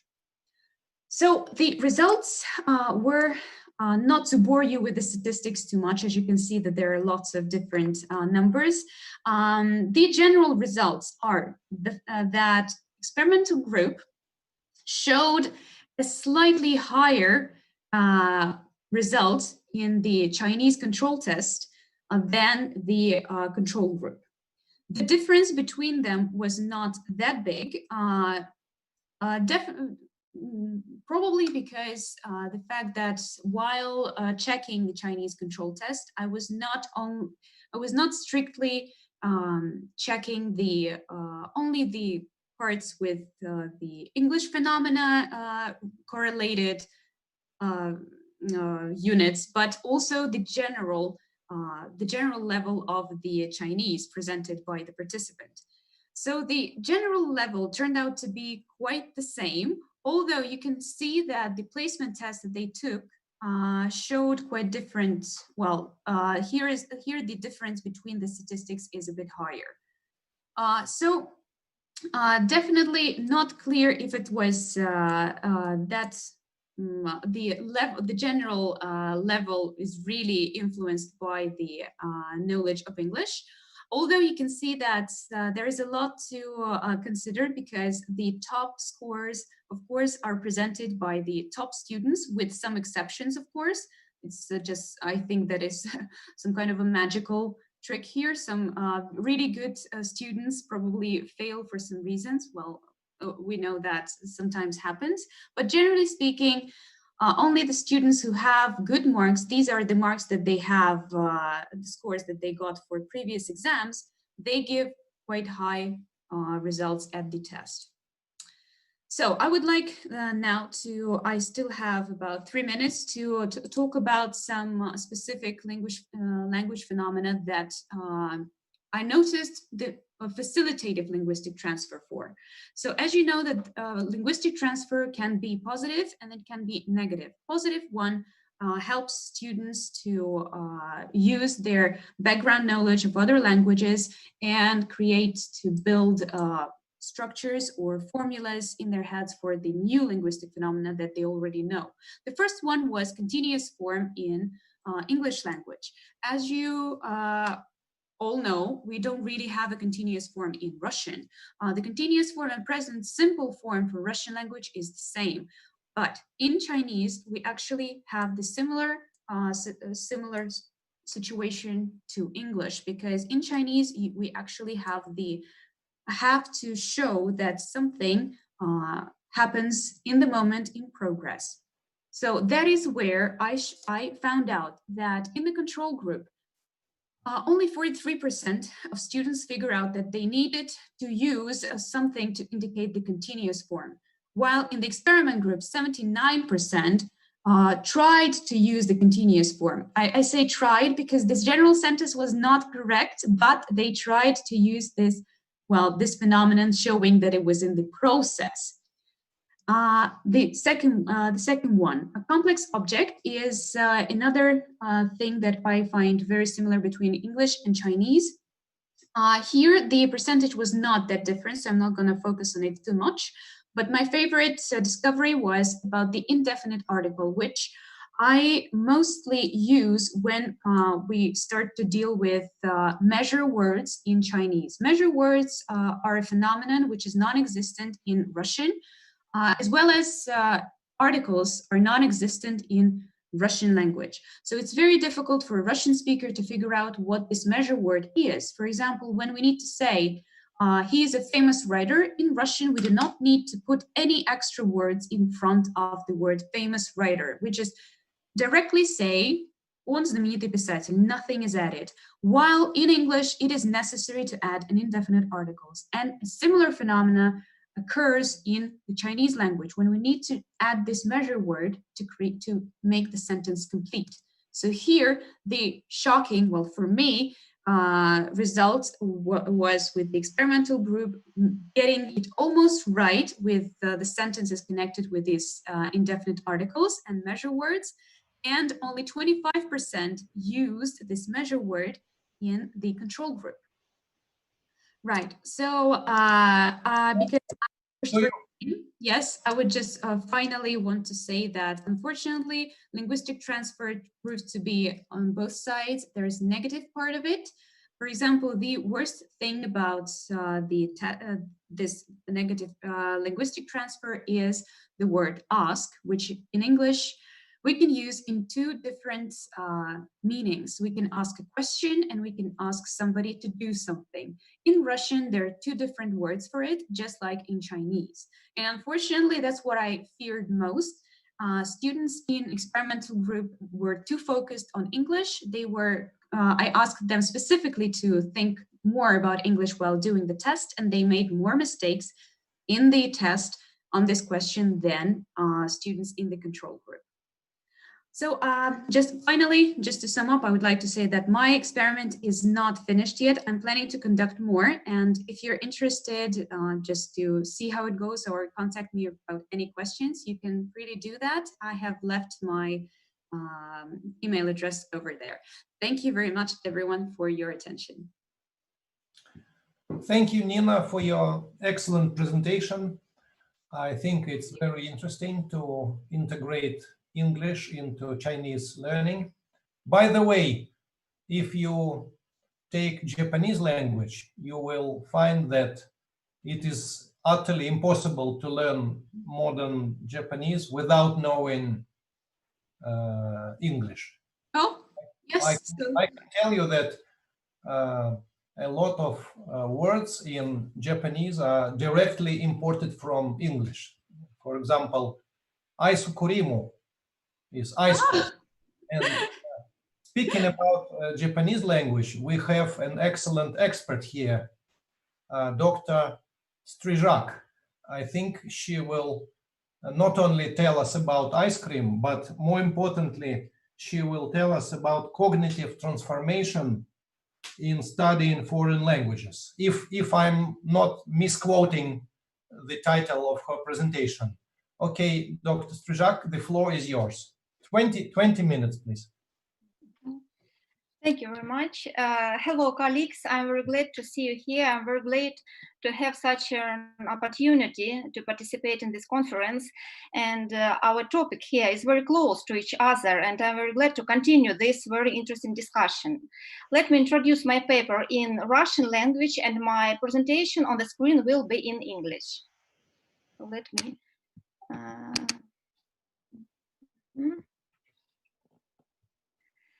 Итак, уважаемые коллеги, как я уже сказала, я очень рада тому, что выступаю третий, потому что и у Александры Сизовой, и у Нины Ауловой прозвучали вещи, которые очень близки мне и в рамках моего научного исследования, и в рамках сегодняшнего доклада в частности.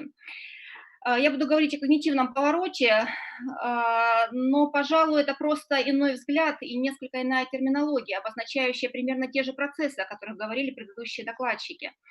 О том, что при изучении языка крайне необходимо учитывать и культурные различия, и различия в структуре языков.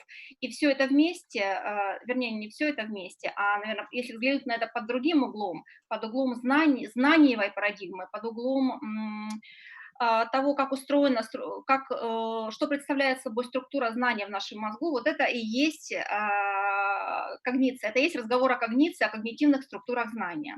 Об этом бы я сегодня и хотела сказать.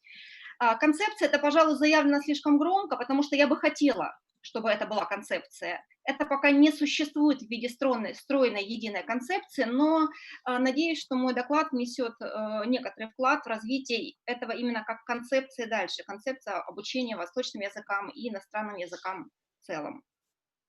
Итак, сегодня широко дискутируется, обсуждается идея о том, что крайне необходимо интегрировать данные лингвистической науки, данные когнитивных наук в процесс обучения. Вот я на слайде привожу здесь примеры нескольких докладов, буквально, которые я рандомно вынула из повестки дня различных конференций. И мы видим, как меняется парадигма, исследовательская парадигма, научная парадигма. Если раньше мы говорили больше о структуре языка, то сейчас мы больше говорим о структуре дискурса, о структуре какой-то, о нейрофизиологических структурах мозга, о когнитивных структурах знания. Это очень интересно, это присутствует в разных языках. Вот тут я привела примеры из восточных языков, то, что я встречаю на недавних конференциях. И, соответственно, вопрос о связи когнитивных наук и иноязычного обучения очень актуален. И, к сожалению, как говорила Александра Сизова, это очень сейчас недостаточно изучается, методическая сторона преподавания, методическое обеспечение процесса обучения восточным языкам у нас, к сожалению, крайне еще не развито. Мы фактически все здесь присутствующие являемся пионерами на этом нелегком пути. Если говорить о научном обосновании, методологии, здесь можно называть много фамилий, я здесь привела лишь несколько. Естественно, это очень малая часть, потому что тема когнитивных наук довольно сейчас является модной в науке, но при этом парадоксально никто, не то чтобы никто не видит, никто не может определить, парадоксально то, что нет некоторого метода, с помощью которого надо изучать связь языка и мышления, метода, с помощью которого мы можем оценить, определить, описать какие-то структуры языковые с точки зрения интеграции в них процессов мыслительных. И вот поисками этого метода занимаются и лингвисты, и методисты, и лингвокультурологи, представители различных наук. Я сегодня не буду говорить, вернее, буду говорить меньше о когнитивистике, больше, собственно, о том, как это можно и нужно интегрировать в процесс обучения. Итак, несколько цитат, довольно, я думаю, известных всем присутствующим, кто занимается этой темой. Почему, собственно, что такое когнитивные науки в обучении, в изучении языка? Это когда мы учим студентов не просто искать ответ на вопрос, как устроен язык, когда мы заставляем их задумываться над тем, почему он так устроен. Вот сегодня приводились примеры, и очень интересные, я потом попрошу вас отдельно еще побольше примеров, Нина, у вас, из китайского языка, потому что у меня большинство примеров будет из японского. Очень интересно, почему так происходит, да, почему вот этот негативный трансфер, позитивный трансфер, интерференция, положительная, отрицательная, перенос, как мы это называем в методике, да, отрицательный перенос, положительный перенос. Почему языки так устроены? Вот мне кажется, если очень кратко обозначать, что такое когнитивистика в обучении, это поиск ответа не на вопрос, как устроен язык, а на вопрос, почему он так устроен. То есть нам нужно искать background of the message, нам нужно искать различия в языке не просто на уровне структурном, а на уровне когнитивном. То есть в англоязычной литературе научно это называется cognitive discrepancies, то есть когнитивные различия, а не просто языковые. Я приведу несколько примеров. Еще один термин. Об этом задумывались давно. Fashions of speaking, этот термин был введен еще Орфом в середине 20 века, и он говорит о том, как можно попробовать типологизировать вот этот опыт, лингвистический опыт целой нации, и, соответственно, потом перенести его в обучение, тоже как бы дальнейшая экстраполяция. Fashions of speaking, такой же термин есть и в японском языке, но его просто калькировали. Его калькировали с Орфа, Кономареру и Ямаваси, который обозначает то же самое. Как народ в целом определяет в языке фрагменты окружающей действительности, как он их позиционирует. Вопрос о том, как это внедрять в процесс обучения, очень нелегкий. Я вкратце об этом в конце скажу. То есть сначала я, наверное, приведу несколько примеров, на что надо обращать наше внимание в обучении, как мне кажется, в рамках моей концепции, а потом мы все вместе, может быть, обсудим, как тяжело это сделать и как надо это сделать. Итак, несколько примеров. Я бы хотела привести пример сначала в определении временных конструкций в китайском, в японском и в русском языках. Ну, тут, конечно, нужно задумываться обо всех языках сразу. Но вот сегодня у меня два примера. Итак, time direction, куда у нас течет время. Всем известно, что в Китае, всем нам, китаистам, я китайский учила 2 года, не могу себя причислить к китаистам, но немножко знаю, в том числе я преподавала японский китаистам, как второй восточный. Это был очень интересный опыт. Оттуда у меня появился этот пример, когда у меня китаисты, изучая японский, начали делать вот такие ошибки. Итак, AM и PM. Мы видим, что AM, если я не ошибаюсь, китаисты, поправьте меня, пожалуйста, над полуднем это AM, а под полуднем это PM. Если мы посмотрим на японский язык, мы видим вот такую разницу. У японцев AM это перед полуднем, а PM это после полудня. Причем перед и после это не только временное значение, первоначально это было пространственное значение. И если мы попробуем посмотреть на это дело философски и подумать, как течет время, мы обнаруживаем, что в китайской культуре время течет по вертикали, сверху вниз. В японском языке, в японской культуре время течет по горизонтали. И этот вопрос я задаю на конференциях. Очень интересно этот вопрос задать студентам. Я задаю его на семинарах, на занятиях, и китаистам, и японистам. Как течет время? Оно течет. Вот покажите, говорю, рукой, как течет время. И когда вот у меня начинают китайские студенты показывать вот так, а японские показывать вот так, мы понимаем всю разницу моментально в восприятии вот этого фрагмента окружающей действительности, такого важного концепта, как время. Естественно, это важно изучать, потому что это приводит к ошибкам в словообразовании, как я уже сказала. Да, вот у меня китаисты поголовно вот так записывали полдень, потому что в их представлении над и под, а не впереди и позади.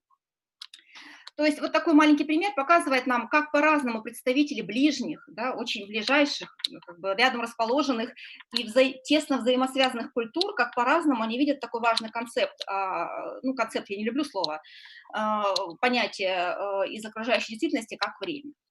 Ну, об этом, если останется время, мы потом вернемся позже можем поговорить. Второй пример из области грамматики. Известно, что в предложении у нас всегда есть проблема деятеля и действия, или деятеля и состояния. Ну, можно много говорить, опять же, по теории Филмора, агент, спациенс, тут много лингвистических терминов, я не буду ими загружать. По сути, проблема деятеля. Какая? Кто производит действие? Это достаточно важно. Когда мы описываем любой фрагмент окружающей действительности, мы, главное, отвечаем на вопрос, кто и что сделал. Об этом говорил еще Wittgenstein. Да, главные вопросы нашего, что случилось, да, что случилось, да, что произошло. Таким вопросом можно описать любое вообще состояние, в любой момент времени, любой действительности. И у нас, в общем-то, очень часто появляется тот самый актор. И мы видим на примерах, что в английском языке, вот пример из Маргарет Митчелл «Унесенных ветром», мы видим, что письмо разрушило планы Сьюлин. Такой же перевод мы наблюдаем в классическом варианте на русском языке. Письмо разрушило его планы. Но когда мы обращаемся к японскому языку, мы видим, что японский язык не допускает такие конструкции. Он их отрицает, он их не принимает, он их выбрасывает, он их меняет. Японский язык представляет этот фрагмент действительности, который один и тот же. Он видит его совсем по-другому. Письмо никак не может влиять на человека, потому что письмо в иерархии отношений между людьми и предметами находится на самой нижней строчке. Самой нижней строчке. Потом выше идут чуть явления природы, которые хоть как-то могут. Ветер может растрепать волосы? Ну, может, со скрипом соглашаются японцы. И то потому, что ветер, это, в общем-то, это синтоизм, это почти Бог. Ну, пусть он растрепит мои волосы, ладно. Более-менее язык допускает.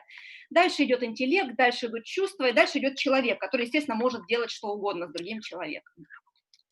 И вот мы сейчас говорим не о грамматической, естественно, допустимости. Да? Язык грамматически все это допускает. Вполне возможно построить на японском языке предложение, письмо разрушило ее планы.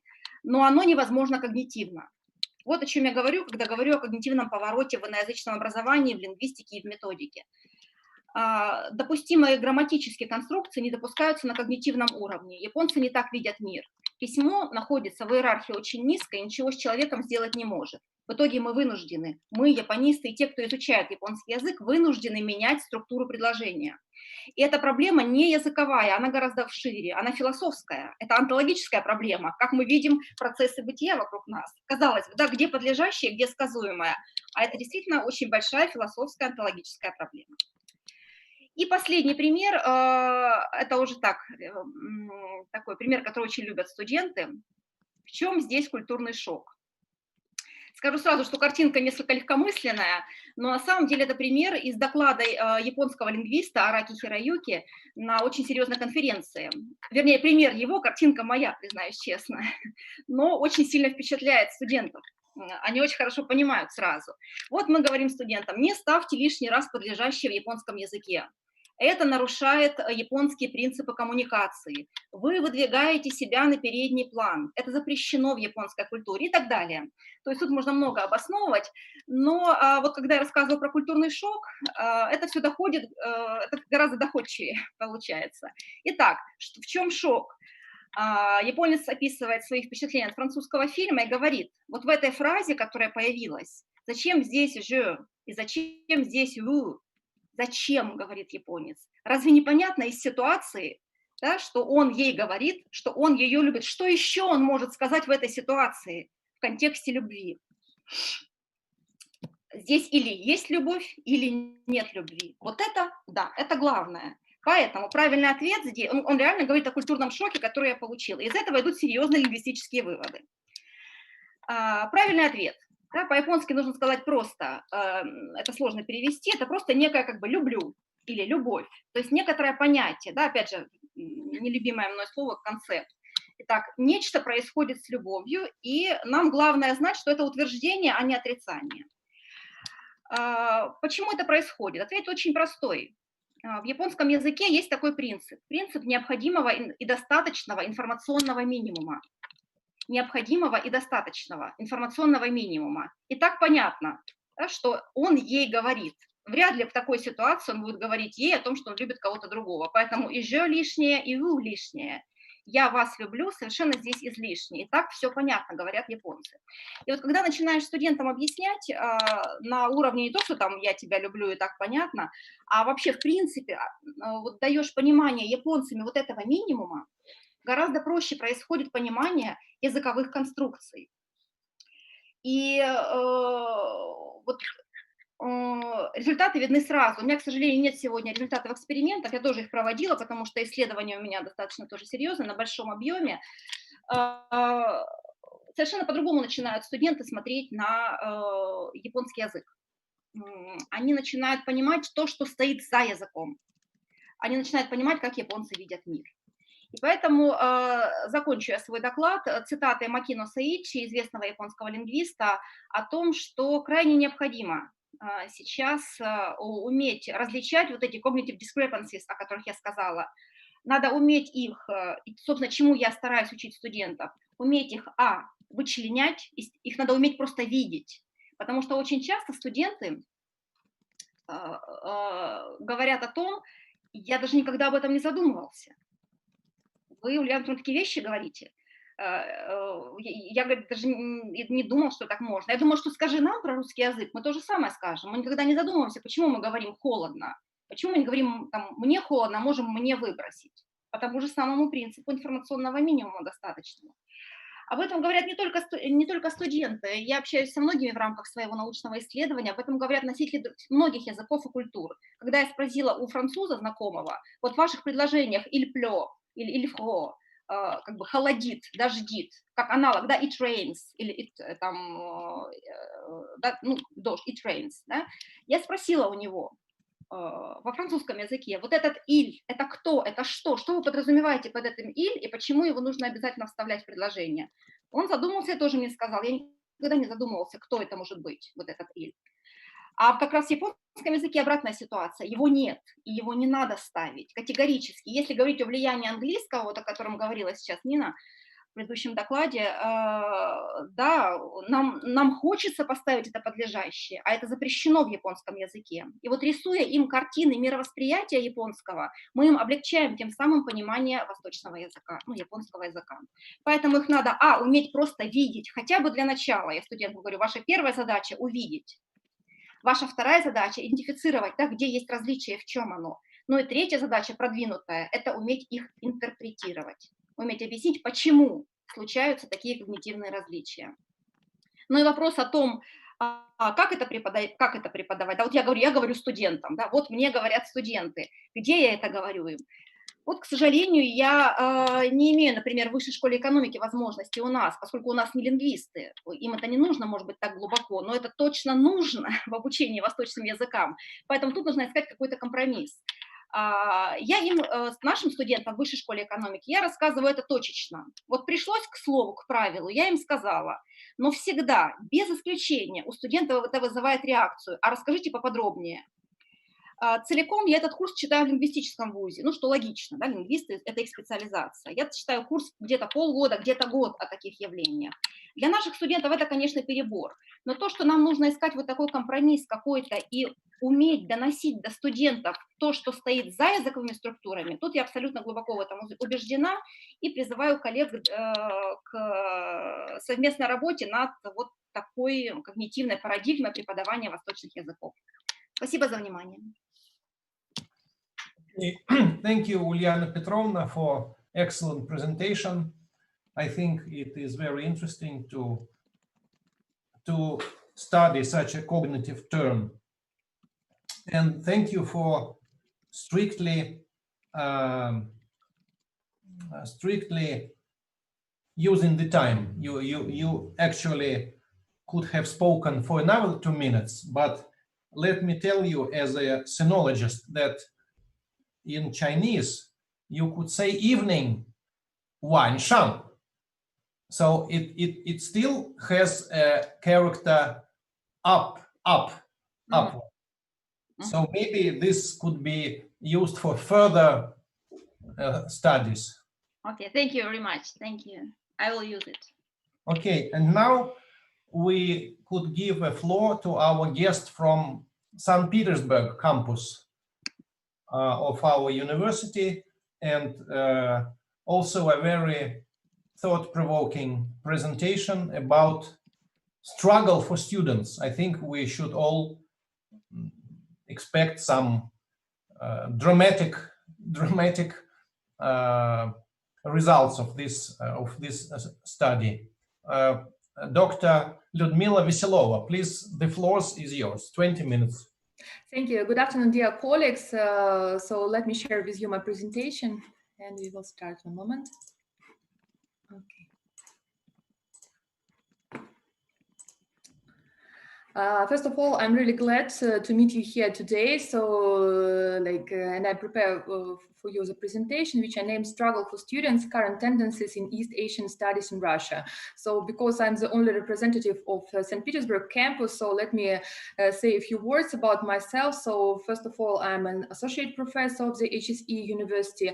I'm also associate professor of St. Petersburg State University, and also my main functions, I'm academic director of master program Business and Politics in Modern Asia. So our program is like English taught program, and like as an academic director every year, like when we have the process, the application process, actually we faced a lot of problems. So how to actually attract the students, how to attract Russian students exactly to our master program. Because as you know, the modern tendencies, of course, like if you speak about like bachelor studies, so most of students prefer to study in Russia. But when we talk about like master programs, so you know that like a lot of students also consider like other foreign university, and especially if we speak about East Asian studies, of course, like a lot of students want to go to China or to Japan, so to other Asian studies, and there are like a number of reasons of it.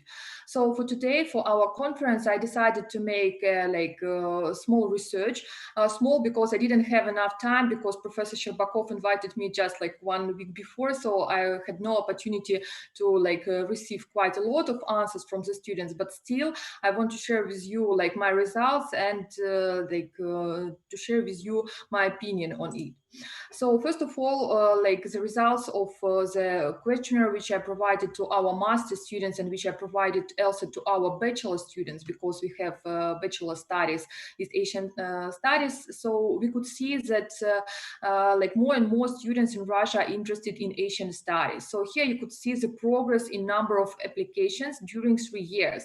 So here we talk just about Russian students and we don't talk about like foreign students. So here you could see that like this year we have like a double quantity of applicants who wanted to enter our program. So also you could see that from year to year we have the process and the increase in passing scores. So if at the beginning, because our master program is quite young, so just the 4th year of our program. So if at the beginning we have the passing score just 44, which is quite low. So now we could see that we have the score like 68. Also, we have like more students who wants to pay for its education. So, for example, this year we have 6 students, and the previous year we have no students. But the main problem which I and my colleagues face is actually the problem of continuity. So this is what Dr. Schizola talked in her presentation. So she talked about the level from school to university, right, to bachelor programs. But here we also see the problem of continuity when we can't attract our bachelor students to come to our master students, master studies actually. So here you could see the statistics. So for example, this year among 26 students, like 20 state-funded and 6 self-sponsored students, just 4 students was from the HSE. And of course, like for me as the academic director, this is like a bad sign. So of course I was interested why it's happened like this.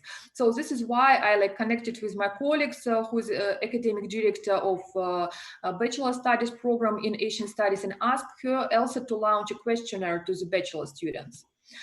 So here you could see that like the questionnaire was taking among 455 students, and because like we have just 1 week, unfortunately just like 71% of students answer us, so just like 30% from the whole group. Also, I would like to mention that from this year we have a 5-year bachelor program, so like this also can influence it. And the first, what was interesting to us, it is like a percentage of like female students and male students. So as you know, like historically, it was more like male students who like study on the faculties of Oriental Studies, and because I'm the graduate of St. Petersburg State University, the faculty of Oriental Studies, so I also know that like for a long period of time till 2010, so in university for this program they prefer to accept exactly like male students for different reasons. But now we could see the new tendency when we can see more and more female students who are interested in Asian studies. So for the students, I provided the question. So do you plan to continue your studies in the MA program after completing your bachelor degree? And the most awful results which I could receive, and I received it, so it was no, I don't plan. And as you could see on the diagram, so it was more than like 63% of students. And then we could see that like just like 20% of students consider that they would like to continue its studies in High School of Economics, and like 14% would like to continue studies, but they already from the bachelor level understand that they want to change the university. So it's also quite a bad sign. It means that like we can like just, you know, like lose some part of our students for some reasons. So when we ask the students, so do you plan to continue your studies in the MA program in specialty Oriental Studies? So almost 20% answered that they plan to do it. So from my point of view, it's also very low results because it's means like several factors. The first one, that maybe they really don't like this specialty, so this is why they decided to find something else. And the second one is that maybe there is no like enough like subjects which our students interested in. So in any case, we could see that that really we should struggle for students, because like 80% of the students wants to change its specialty. It's again the question of the continuity between their like education grades. When we ask the students who answer that they continue the studies but not in the Oriental Studies, so we ask them, what specialty are you considering for master degree? And as you can see, so most of the students decided to deepen their knowledge in like languages, and so they like choose philology, like almost 19%. Then like some students prefer media communications, then management, and then like the same like 6.25 receive the specialties like economics, law, state and municipal administration, and history. So it's also we could see, and we can make some like conclusions from it, that maybe like our students don't have enough knowledge in languages, so this is why during masters they would like to deepen, and also that they don't have some, you know, like some like soft skills, so they want to try themselves in management and media communications. Also, we ask the students, so if you don't plan to continue your studies in the MA program, so please indicate the main reason. Of course, for us, it was very important. And as you could see, like almost half of the students, not almost, but actually half of the students, 50%, answer us that I believe that I have received enough knowledge in my bachelor degree. So, you know, for me, it was quite like puzzled, because as you know, like the bachelor studies in Asian studies, it's mostly like classical Oriental studies approach. Like, I mean, it's more dedicated to history, philology, culture, and like our bachelor program doesn't provide any knowledge about like economics in East Asian countries, like business management and so on. So of course, like for sure, like even if student will continue this specialty like Oriental Studies during the master, so for sure they also can find something interesting and deepen their knowledge. Also, like almost 20% of students answer us that I consider that the specialty unpromising. And you know, it also was very surprising result, because like nowadays everywhere on TV channels, in media, like in newspapers, so we can read like that, like the ties of Russian Federation with Asian countries, especially with China, like deepen from year to year. So we have quite a lot of Asian companies like on Russian market, of course, especially in Moscow. So it was quite strange strange for me is that like students consider that like our specialty is unpromising because we have lack of specialists and we really need them so they can easily find the job places. Then some of the students answer that they are not interested in it, and also like some of the students consider that they don't know like any master programs in this specialty, so maybe they didn't make the research, or maybe they're too young, for example, they just started his bachelor education.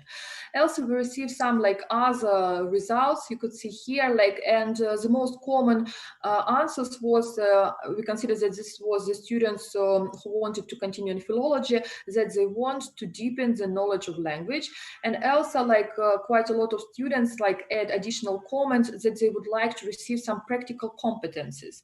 And here we like again, you know, like talk about the classical Oriental studies approach when we don't provide to students some practical competences with which they can go and work in business sphere, for example. Also, the last question we asked the students was like, if you would like to be enrolled in a program at foreign university, which country are you considering? And here, this result is not surprising for us, but like 50% of the students, of course, like consider Asian countries as the countries of continuation of their education. Also, like 32% receive the Europe, then some Middle East countries, because like on the bachelor level, we have students whose major not just like Far East, but also of course Middle East, and just like 4.5, it was the USA. And here, like, we come for the idea which was told by Professor Maslov, Alexey Alexandrovich. Alexey Alexandrovich also like play a very important role in our program because he is the head of the academic council of the program. And during one of his lectures, he told about the pyramid of modern complex Oriental studies. And here we could see that he considered, and I agree actually with him, that language training, it's actually the basis of the whole Oriental studies. And like without language, you can't be like specialist in Oriental studies. You can't be sinologist if you can't speak Chinese. You can't be like the specialist in Japanese studies if you can't read the Japanese books and communicate with Japanese colleagues, right? And I think it's very also connected with what was said by previous speakers, Dr. Strizak, about that when you taught your students like Japanese language, you also would like to tell, and the students ask you about the culture, about some history, arts, and so on. Because of course, at first, like every student should have some basis. And of course, this basis, we consider that the students can receive during the bachelor studies. And then during the master program, of course, it should be continuity. So where we provide to students more knowledge about economy, international relations, right, history, and so on. And so this is why at the end, at the top of this like pyramid, we can have this specialization. So we can receive a real specialist in Oriental studies. And here I would like also to share with you the results which I received from my students from my program of politics, business and politics in modern Asia. So the question was like, why did you choose the specialty Oriental studies? And here we could see very interesting results that like 38% answer, I was studying in the specialty in the bachelor degree and wanted to continue. So it means that like students from other universities still, you know, like consider that they should continue its studies. And it means that this is like one of the main reasons why actually students want to do their masters. And it's one additional sign for us, I consider, that we should work with bachelor students from the HSE, so to explain and to encourage them to continue the education. Then 34% answer that this like specialty is considering promising, right? So again, we could see the controversy. I mean, what like bachelor students in the HSE answer as reasons why they don't choose this specialty. Other students from other university consider as a, like benefits, as the reasons why they choose actually. And this is a bit controversial, right? And we also have a quite slight, but still 20% of students who just decided to change its specialty after the bachelor's degree and try something new. Also, we like ask the students about their like postgraduate courses, about aspirantura. So like we ask if they want to do it, and so like almost like 62% answer no. And here again, we could see the problem of like modern academia, and it's not a secret that like for now there's really lack of the students, of the young scholars who would like to work in universities or like in research institutions. And this is also the big problem for the like modern science, and especially for Asian studies, like from my point of view. And when we ask students who answer yes, that they want to continue, we ask, so if you plan to continue your studies, please indicate where you want to study. And unfortunately, for us, we could see that like 64% from this like positive students, they want to continue this education, but at foreign universities. And just like 27% answered to us that they want to continue and want to continue in the HSE. And 9% answered that they want to continue studies in Russian universities. Of course, like I was glad that like master students like the education in the HSE. So this is why like most of them want to continue it exactly in our university. I mean, if you compare with the bachelor students, and I show you the results before. But also for us, of course, like we could see that again, we need to struggle to the students if you speak about the postgraduate course, because like foreign university, especially Asian university, they started to be our really like, you know, strong competitors. And if you talk about the students who decided not to go and to continue the postgraduate course, so we ask them, what were the reasons? And here you could see the reasons. So like 40% consider that they don't interested in it. Then the main reason is financial one, because the scholarships is really small and difficult to combine work and study. So 11% consider that work in academia in science isn't promising. And like also the same quantity of people don't know like how to choose a program. So here, Elsa, I will not comment a lot because I don't have enough time, but here it's also like very important that like most of the students consider that they want to continue studies in the Asian universities. No one answer about the USA, and also we see like 28% who wants to go to Europe. And so when we speak about like why choose foreign university, what priorities they have, what benefits. So like as you could see, like higher education is not a priority. So students don't think that they can like better opportunity to receive the scholarship, but most of them want to live abroad and to work abroad. So this is why like 57% wanted to find a job there and wanted to continue there and to receive PhD from the like foreign university. But what is the problem here? Here is the problem of Asian universities and talent management in like Asia. And here I would like to show you the example of like China and Chinese talent management. So when our students talk that, oh, I will go to China and I will find a job and I will receive a lot of money. Yes, it was possible to do like this, but it was possible in 2010s, in 2000s, when, you know, China lacks its own like specialists, like talented cadres, right? But from this period, like China already passed the 3 stages of talent localization. So what does it mean? So starting from the reforms and opening, which was like made by Deng Xiaoping, and when foreign companies started to appear in China, of course, like foreign companies like invited as CEOs and senior managers like foreigners, because foreigners knew like foreign business quite good. They know how to work and to deal with partners, and also they knew English language really good. Then it was a period. You have 1 minute left. Okay, just like conclusion. So in 1990s and 2000s, so they started to like to invite like managers from Singapore, Hong Kong, and other Asian countries, because also have a quite high level of English language. And from 2010, so we could see that China was not very interesting in foreign like specialists. So this is why like we always tell to our like master students that for now it's not already the reason to go to Asian countries, because it's quite difficult to specialists in Oriental Studies to find their job. Also, you all know about the like different programs with launch Chinese government. And the last I would like to say, it's like my conclusion. So my ideas how we should struggle for the students. So the first one, we should provide them additional detailed information about MA programs. Of course, we should help to work them on their portfolio, so they have better chances to be accepted on a MA program. We need to explain them the new tendencies, job tendencies in Asia.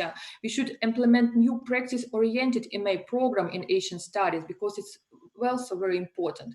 Also, of course, we need to try to provide to our students, to our graduate job opportunities in Russia.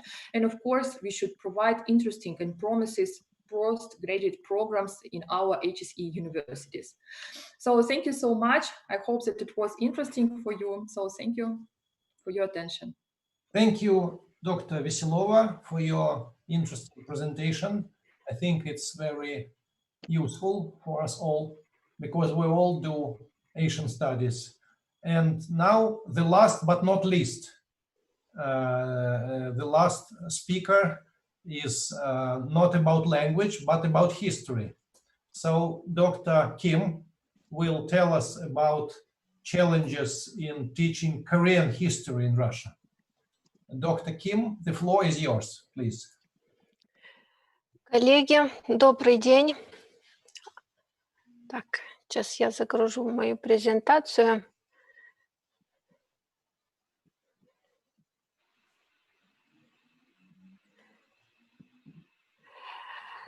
Так. Я буду говорить на русском языке. Вообще-то изначально я планировала выступить на английском, но потом я увидела, что все докладчики русскоговорящие, и решила не усложнять себе задачу. Тема моего доклада — преподавание истории Кореи в России, в частности, в российских университетах. У меня опыт преподавания только в высшей школе экономики, но параллельно я работаю в Институте востоковедения Российской академии наук, поэтому я знаю на личном опыте, как организован научный процесс и в университете российском, и в научно-исследовательском институте. История корееведения в России связана и ведет свое начало еще с Российской империи. Первые корееведческие исследования проводились уже в конце XIX, начала XX века. Но становление корееведения как научной дисциплины приходится на советский период. Обусловлено это было институциональными изменениями в российской науке, формированием специализированных центров исследовательских, которые занимались исключительно исследованием Кореи с экономической, исторической, культурной точек зрения. И сегодня современное корееведение, оно основывается на тех трудах, которые были созданы, написаны в советский период. Собственно, основные фундаментальные работы по истории Кореи, они были написаны как раз во второй половине XX века и написаны преимущественно представителями научно-исследовательских институтов. На этом слайде вы видите фамилии, которые являются своего рода классиками российского корееведения, в том смысле, что именно их перу принадлежат труды, фундаментальные труды по истории Кореи, как древней, так и современной. И вот первая такая общая работа по истории Кореи, которой мы пользуемся до сих пор, она была написана коллективом авторов Института востоковедения. Это история Кореи, двухтомное издание 1974 года. И хотя мы не можем назвать это учебным пособием в полном смысле этого слова, но эта работа, несмотря на то, что она была выдержана в рамках марксистской традиции историографической, она не потеряла свою ценность. Ввиду того, что эти работы были написаны в советский период, да, когда существовало методологическое единство, в гуманитарных исследованиях, и в частности исторические исследования, они были основаны на методологии исторического материализма, то использование данной методологии, оно, естественно, отразилось на том, как презентовали, интерпретировали те или иные явления исторической реальности авторы, как они расставляли акценты, какова была периодизация истории. Все это было неразрывно связано с использованием одной методологии исторического материализма, в соответствии с которым исторический процесс трактуется как эволюция, постепенная эволюция производственных отношений, средств производства, и, соответственно,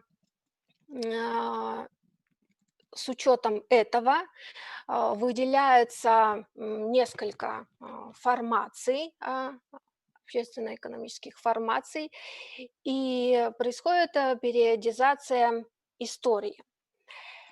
В целом, если мы посмотрим на то, каким образом выделяли периоды в историческом развитии Европы или же Востока, да, ну, нас интересует в данном случае Корея, то мы увидим, что хронология исторического развития европейского общества, она, в общем-то, накладывалась или применялась к хронологии Востока, и создавалась следующая картина.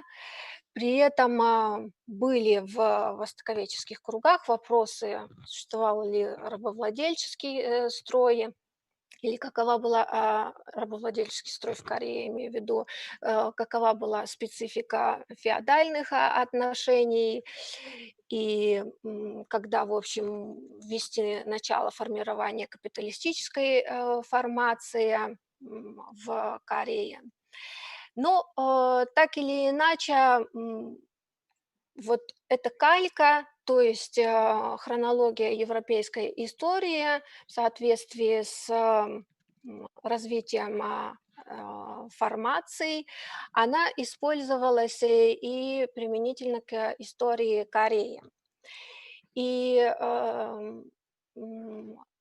рубежом в данном смысле современной истории, то есть нового времени и новейшей истории, был 1917 год. Я думаю, представители старшего поколения, они хорошо знакомы с работами, поскольку, в общем-то, им приходилось с этим сталкиваться непосредственно, обучаясь в университете, с работами, посвященными влиянию социалистической революции на страны Востока. Самое важное здесь то, что применение исторического материализма к истории Кореи, оно накладывало отпечаток на интерпретацию важных исторических процессов. То есть как мы смотрим на формирование государства, как мы будем интерпретировать формирование первых государств в Корее, какова будет эволюция социально-экономической системы, то есть как мы будем интерпретировать эволюцию социальной структуры. Ну, применительно к методологии исторического материализма тут ответ ясен, да, что в основе эволюции социальной системы лежит классовая борьба. Но была ли классовая борьба в средневековой Корее или в Корее XX века? Это вопрос, который мы сегодня можем задать ввиду методологического плюрализма, да, и отсутствия некого унифицированного подхода к интерпретации исторического прошлого, в отличие от советской эпохи. Какова роль личности в истории, то есть как мы будем оценивать отдельные личности, как правило, значимый вклад в развитие корейской истории в рамках советской историографии и подхода носили те люди, которые содействовали, так сказать, прогрессивному ее развитию с точки зрения установления каких-то социалистических ценностей. Вот. И поэтому, если мы посмотрим на то, как в советской историографии интерпретировали южнокорейскую историю, хотя у нас там не было дипломатических отношений, это не значит, что советские историки не занимались исследованием Южной Кореи, то мы увидим, что, например, корейские националисты, они все шли под знаком минуса. Соответственно, США и роль США в развитии Южной Кореи расценивалась крайне негативно, потому что получается, что США содействовали утверждению на юге Корейского полуострова сепаратного правительства и создания фактически бандитского государства. И, в общем-то, этот подход исторического, основанный на методологии исторического материализма, он также сопровождался использованием специфической терминологии, содержавшей негативную коннотацию. Если вы встречали в тексте слово «националист», то воспринимайте это как нечто негативное, в общем-то. И когда распался Советский Союз, соответственно, встал вопрос, на основе какой методологии научной мы будем проводить дальнейшие исследования и каким образом мы будем интерпретировать события прошлого. Потому что в научном процессе очень важно использование именно определенной методологии. Она определяет то, как мы будем выстраивать периодизацию, как мы будем расставлять акценты и так далее. И вот в связи с этим переходом от советской к постсоветской эпохе возник некий вакуум. То есть было вообще непонятно, в каком направлении нужно двигаться, остаться ли же на предшествующих методологических основаниях или что-то выработать новое. И в европейской науке появилась новая, ну здесь вот я приведу периодизацию, которая была использована в работе Дункан, и мы видим, что история делится на 4 периода, и ключевым как бы в этой периодизации является современность, да? Досовременная эпоха, ранний модерн, поздний модерн и современная эпоха. Эта периодизация, она и используется в некоторых работах американских и европейских историков. Корейцы, они пытались выработать свой специфический взгляд националистический, но это было, сейчас я говорю о них не в связи с использованием исторического материализма, потому что в южнокорейской историографии он являлся скорее неким таким маргинальным направлением. Вот. Но у южнокорейских историков, в частности у Хан Йону, чей труд был переведен на русский язык, в нулевые годы. И вот в его работе, в введении приводится собственная периодизация корейской истории, которая пытается внедрить, которая пытается учесть национальные особенности развития Кореи. Когда мы оказались вот в состоянии этого методологического вакуума, то появилась такая возможность как бы посмотреть, а что делали южнокорейские историки.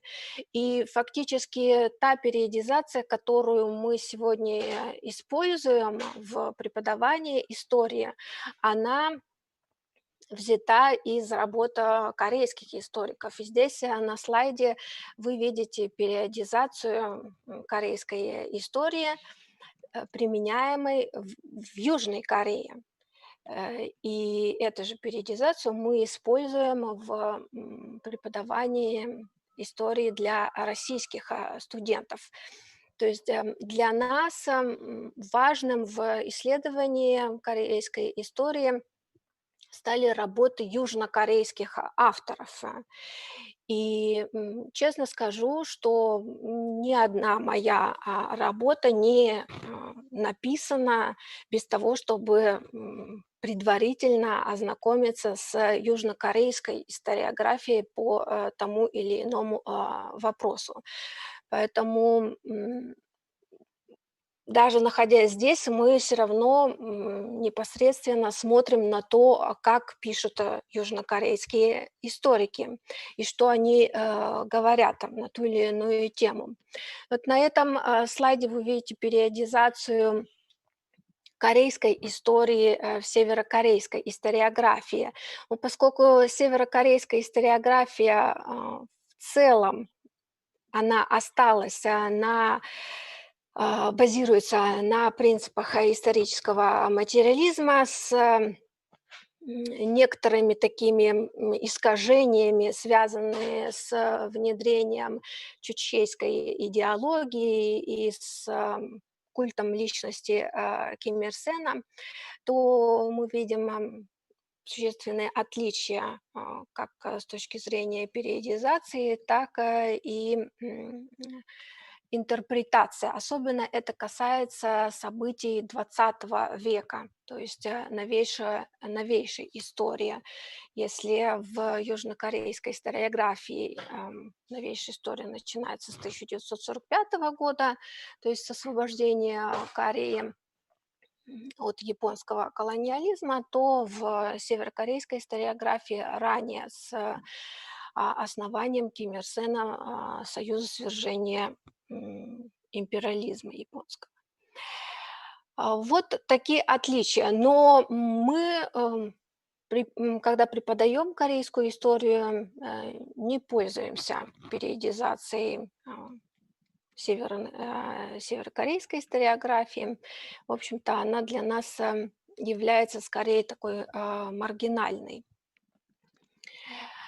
И в 2000-е годы появляются учебники по истории Кореи, то есть, которые были, соответственно, написаны уже в новых научных реалиях. Я здесь перечислила только 2 учебных пособия. Именно на основе этих учебных пособий выстроен курс по истории Кореи в Высшей школе экономики. В действительности учебных пособий больше. Но если говорить вот о учебном пособии Курбанова и Тихонова, то здесь необходимо отметить, что они основаны на разных методологиях. Тихонов, будучи марксистом по своим убеждениям, он написал работу с Кан Мангилем, это южнокорейский историк левого толка, и их история Кореи в 2 томах, она выдержана в такой марксистской историографической традиции. Курбанов. Сколько Да. еще у вас минут? Сколько?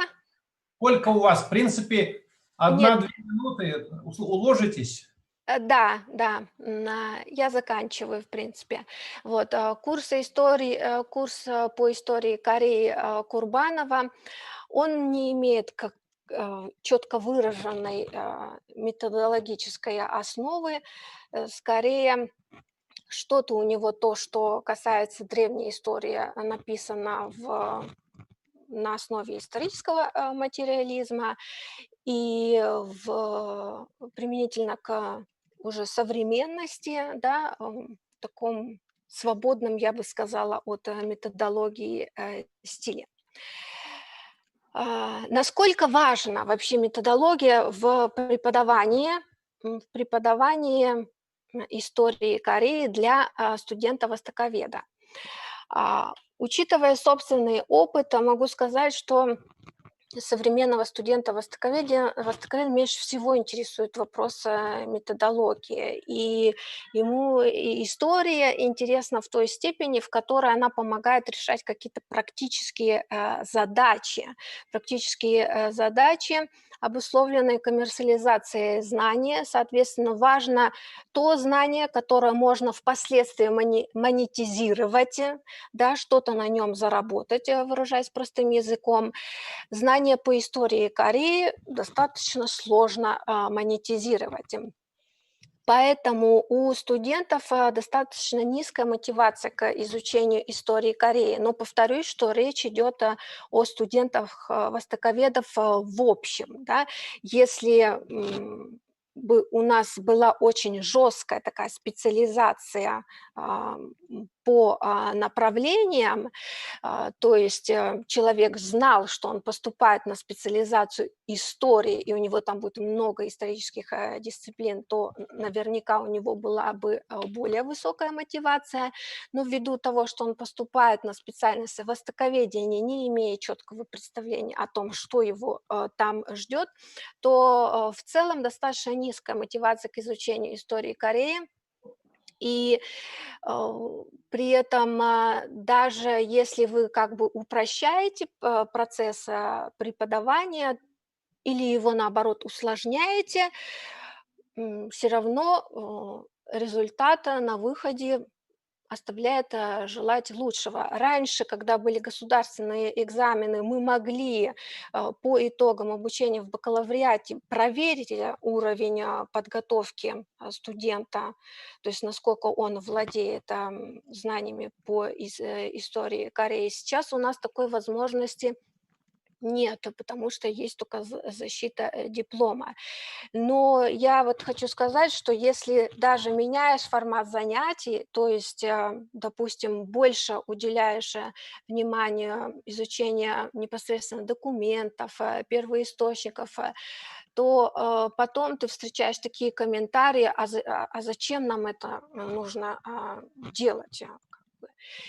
И естественно, это несколько демотивирует преподавателя, но нужно иметь в виду, в какой реальности социально-экономической мы сегодня находимся в России. То есть мы работаем в университете и преподаем какие-то отдельные дисциплины, но мы не можем не учитывать запрос рынка труда, да, и вообще состояние рынка труда в Российской Федерации и состояние науки в Российской Федерации. Поэтому я в действительности вот хотела выступить с таким, возможно, крамольным предложением отказаться от полноформатного курса по истории Кореи как обязательного для любой специализации. Под полноформатным я имею в виду выделение большого количества часов на изучение истории, потому что вот первый значит, нет, получается, 4-й, 3-й курса, да, текущий, у них было много часов, где-то 300 часов, не включая сюда самостоятельную работу, 300 часов на историю Кореи, очень много. Но на выхлопе будет такой же результат, как если бы было 100 часов. Вот. И мне кажется, что... Да, последняя моя мысль, что можно вести короткий курс по истории Кореи, но добавить разные проекты на выбор, в рамках которых как раз люди, у которых есть интерес, и они готовы углубленно рассматривать какие-то аспекты исторического развития Кореи, с ними этим и заниматься. Спасибо за внимание. Thank you, Dr. Kim, for your presentation, which includes even some points for further discussion. And this, I think, could be the end of our session, because we have even used 5 more minutes than we were allowed. This session should have been finished at 1:15, but because every participant made an excellent presentation, I think our panel is a successful panel, and I would like to thank every author, every presenter for making such an outstanding contribution to our conference. Unfortunately, we don't have time for questions and discussion, but hope that we could do it next time. And this, I think, allows me to announce that this panel is closed, and I would like to invite everybody to the closing remarks chaired by Dr. Sherbakov, which will happen already in 10 minutes time. So please take part in the final event of our conference, which will be at 1:30 p.m. And let me once again thank everybody and announce the end of our panel. Thank you. Thank you. Thank you very much. Thank you. Спасибо. Спасибо.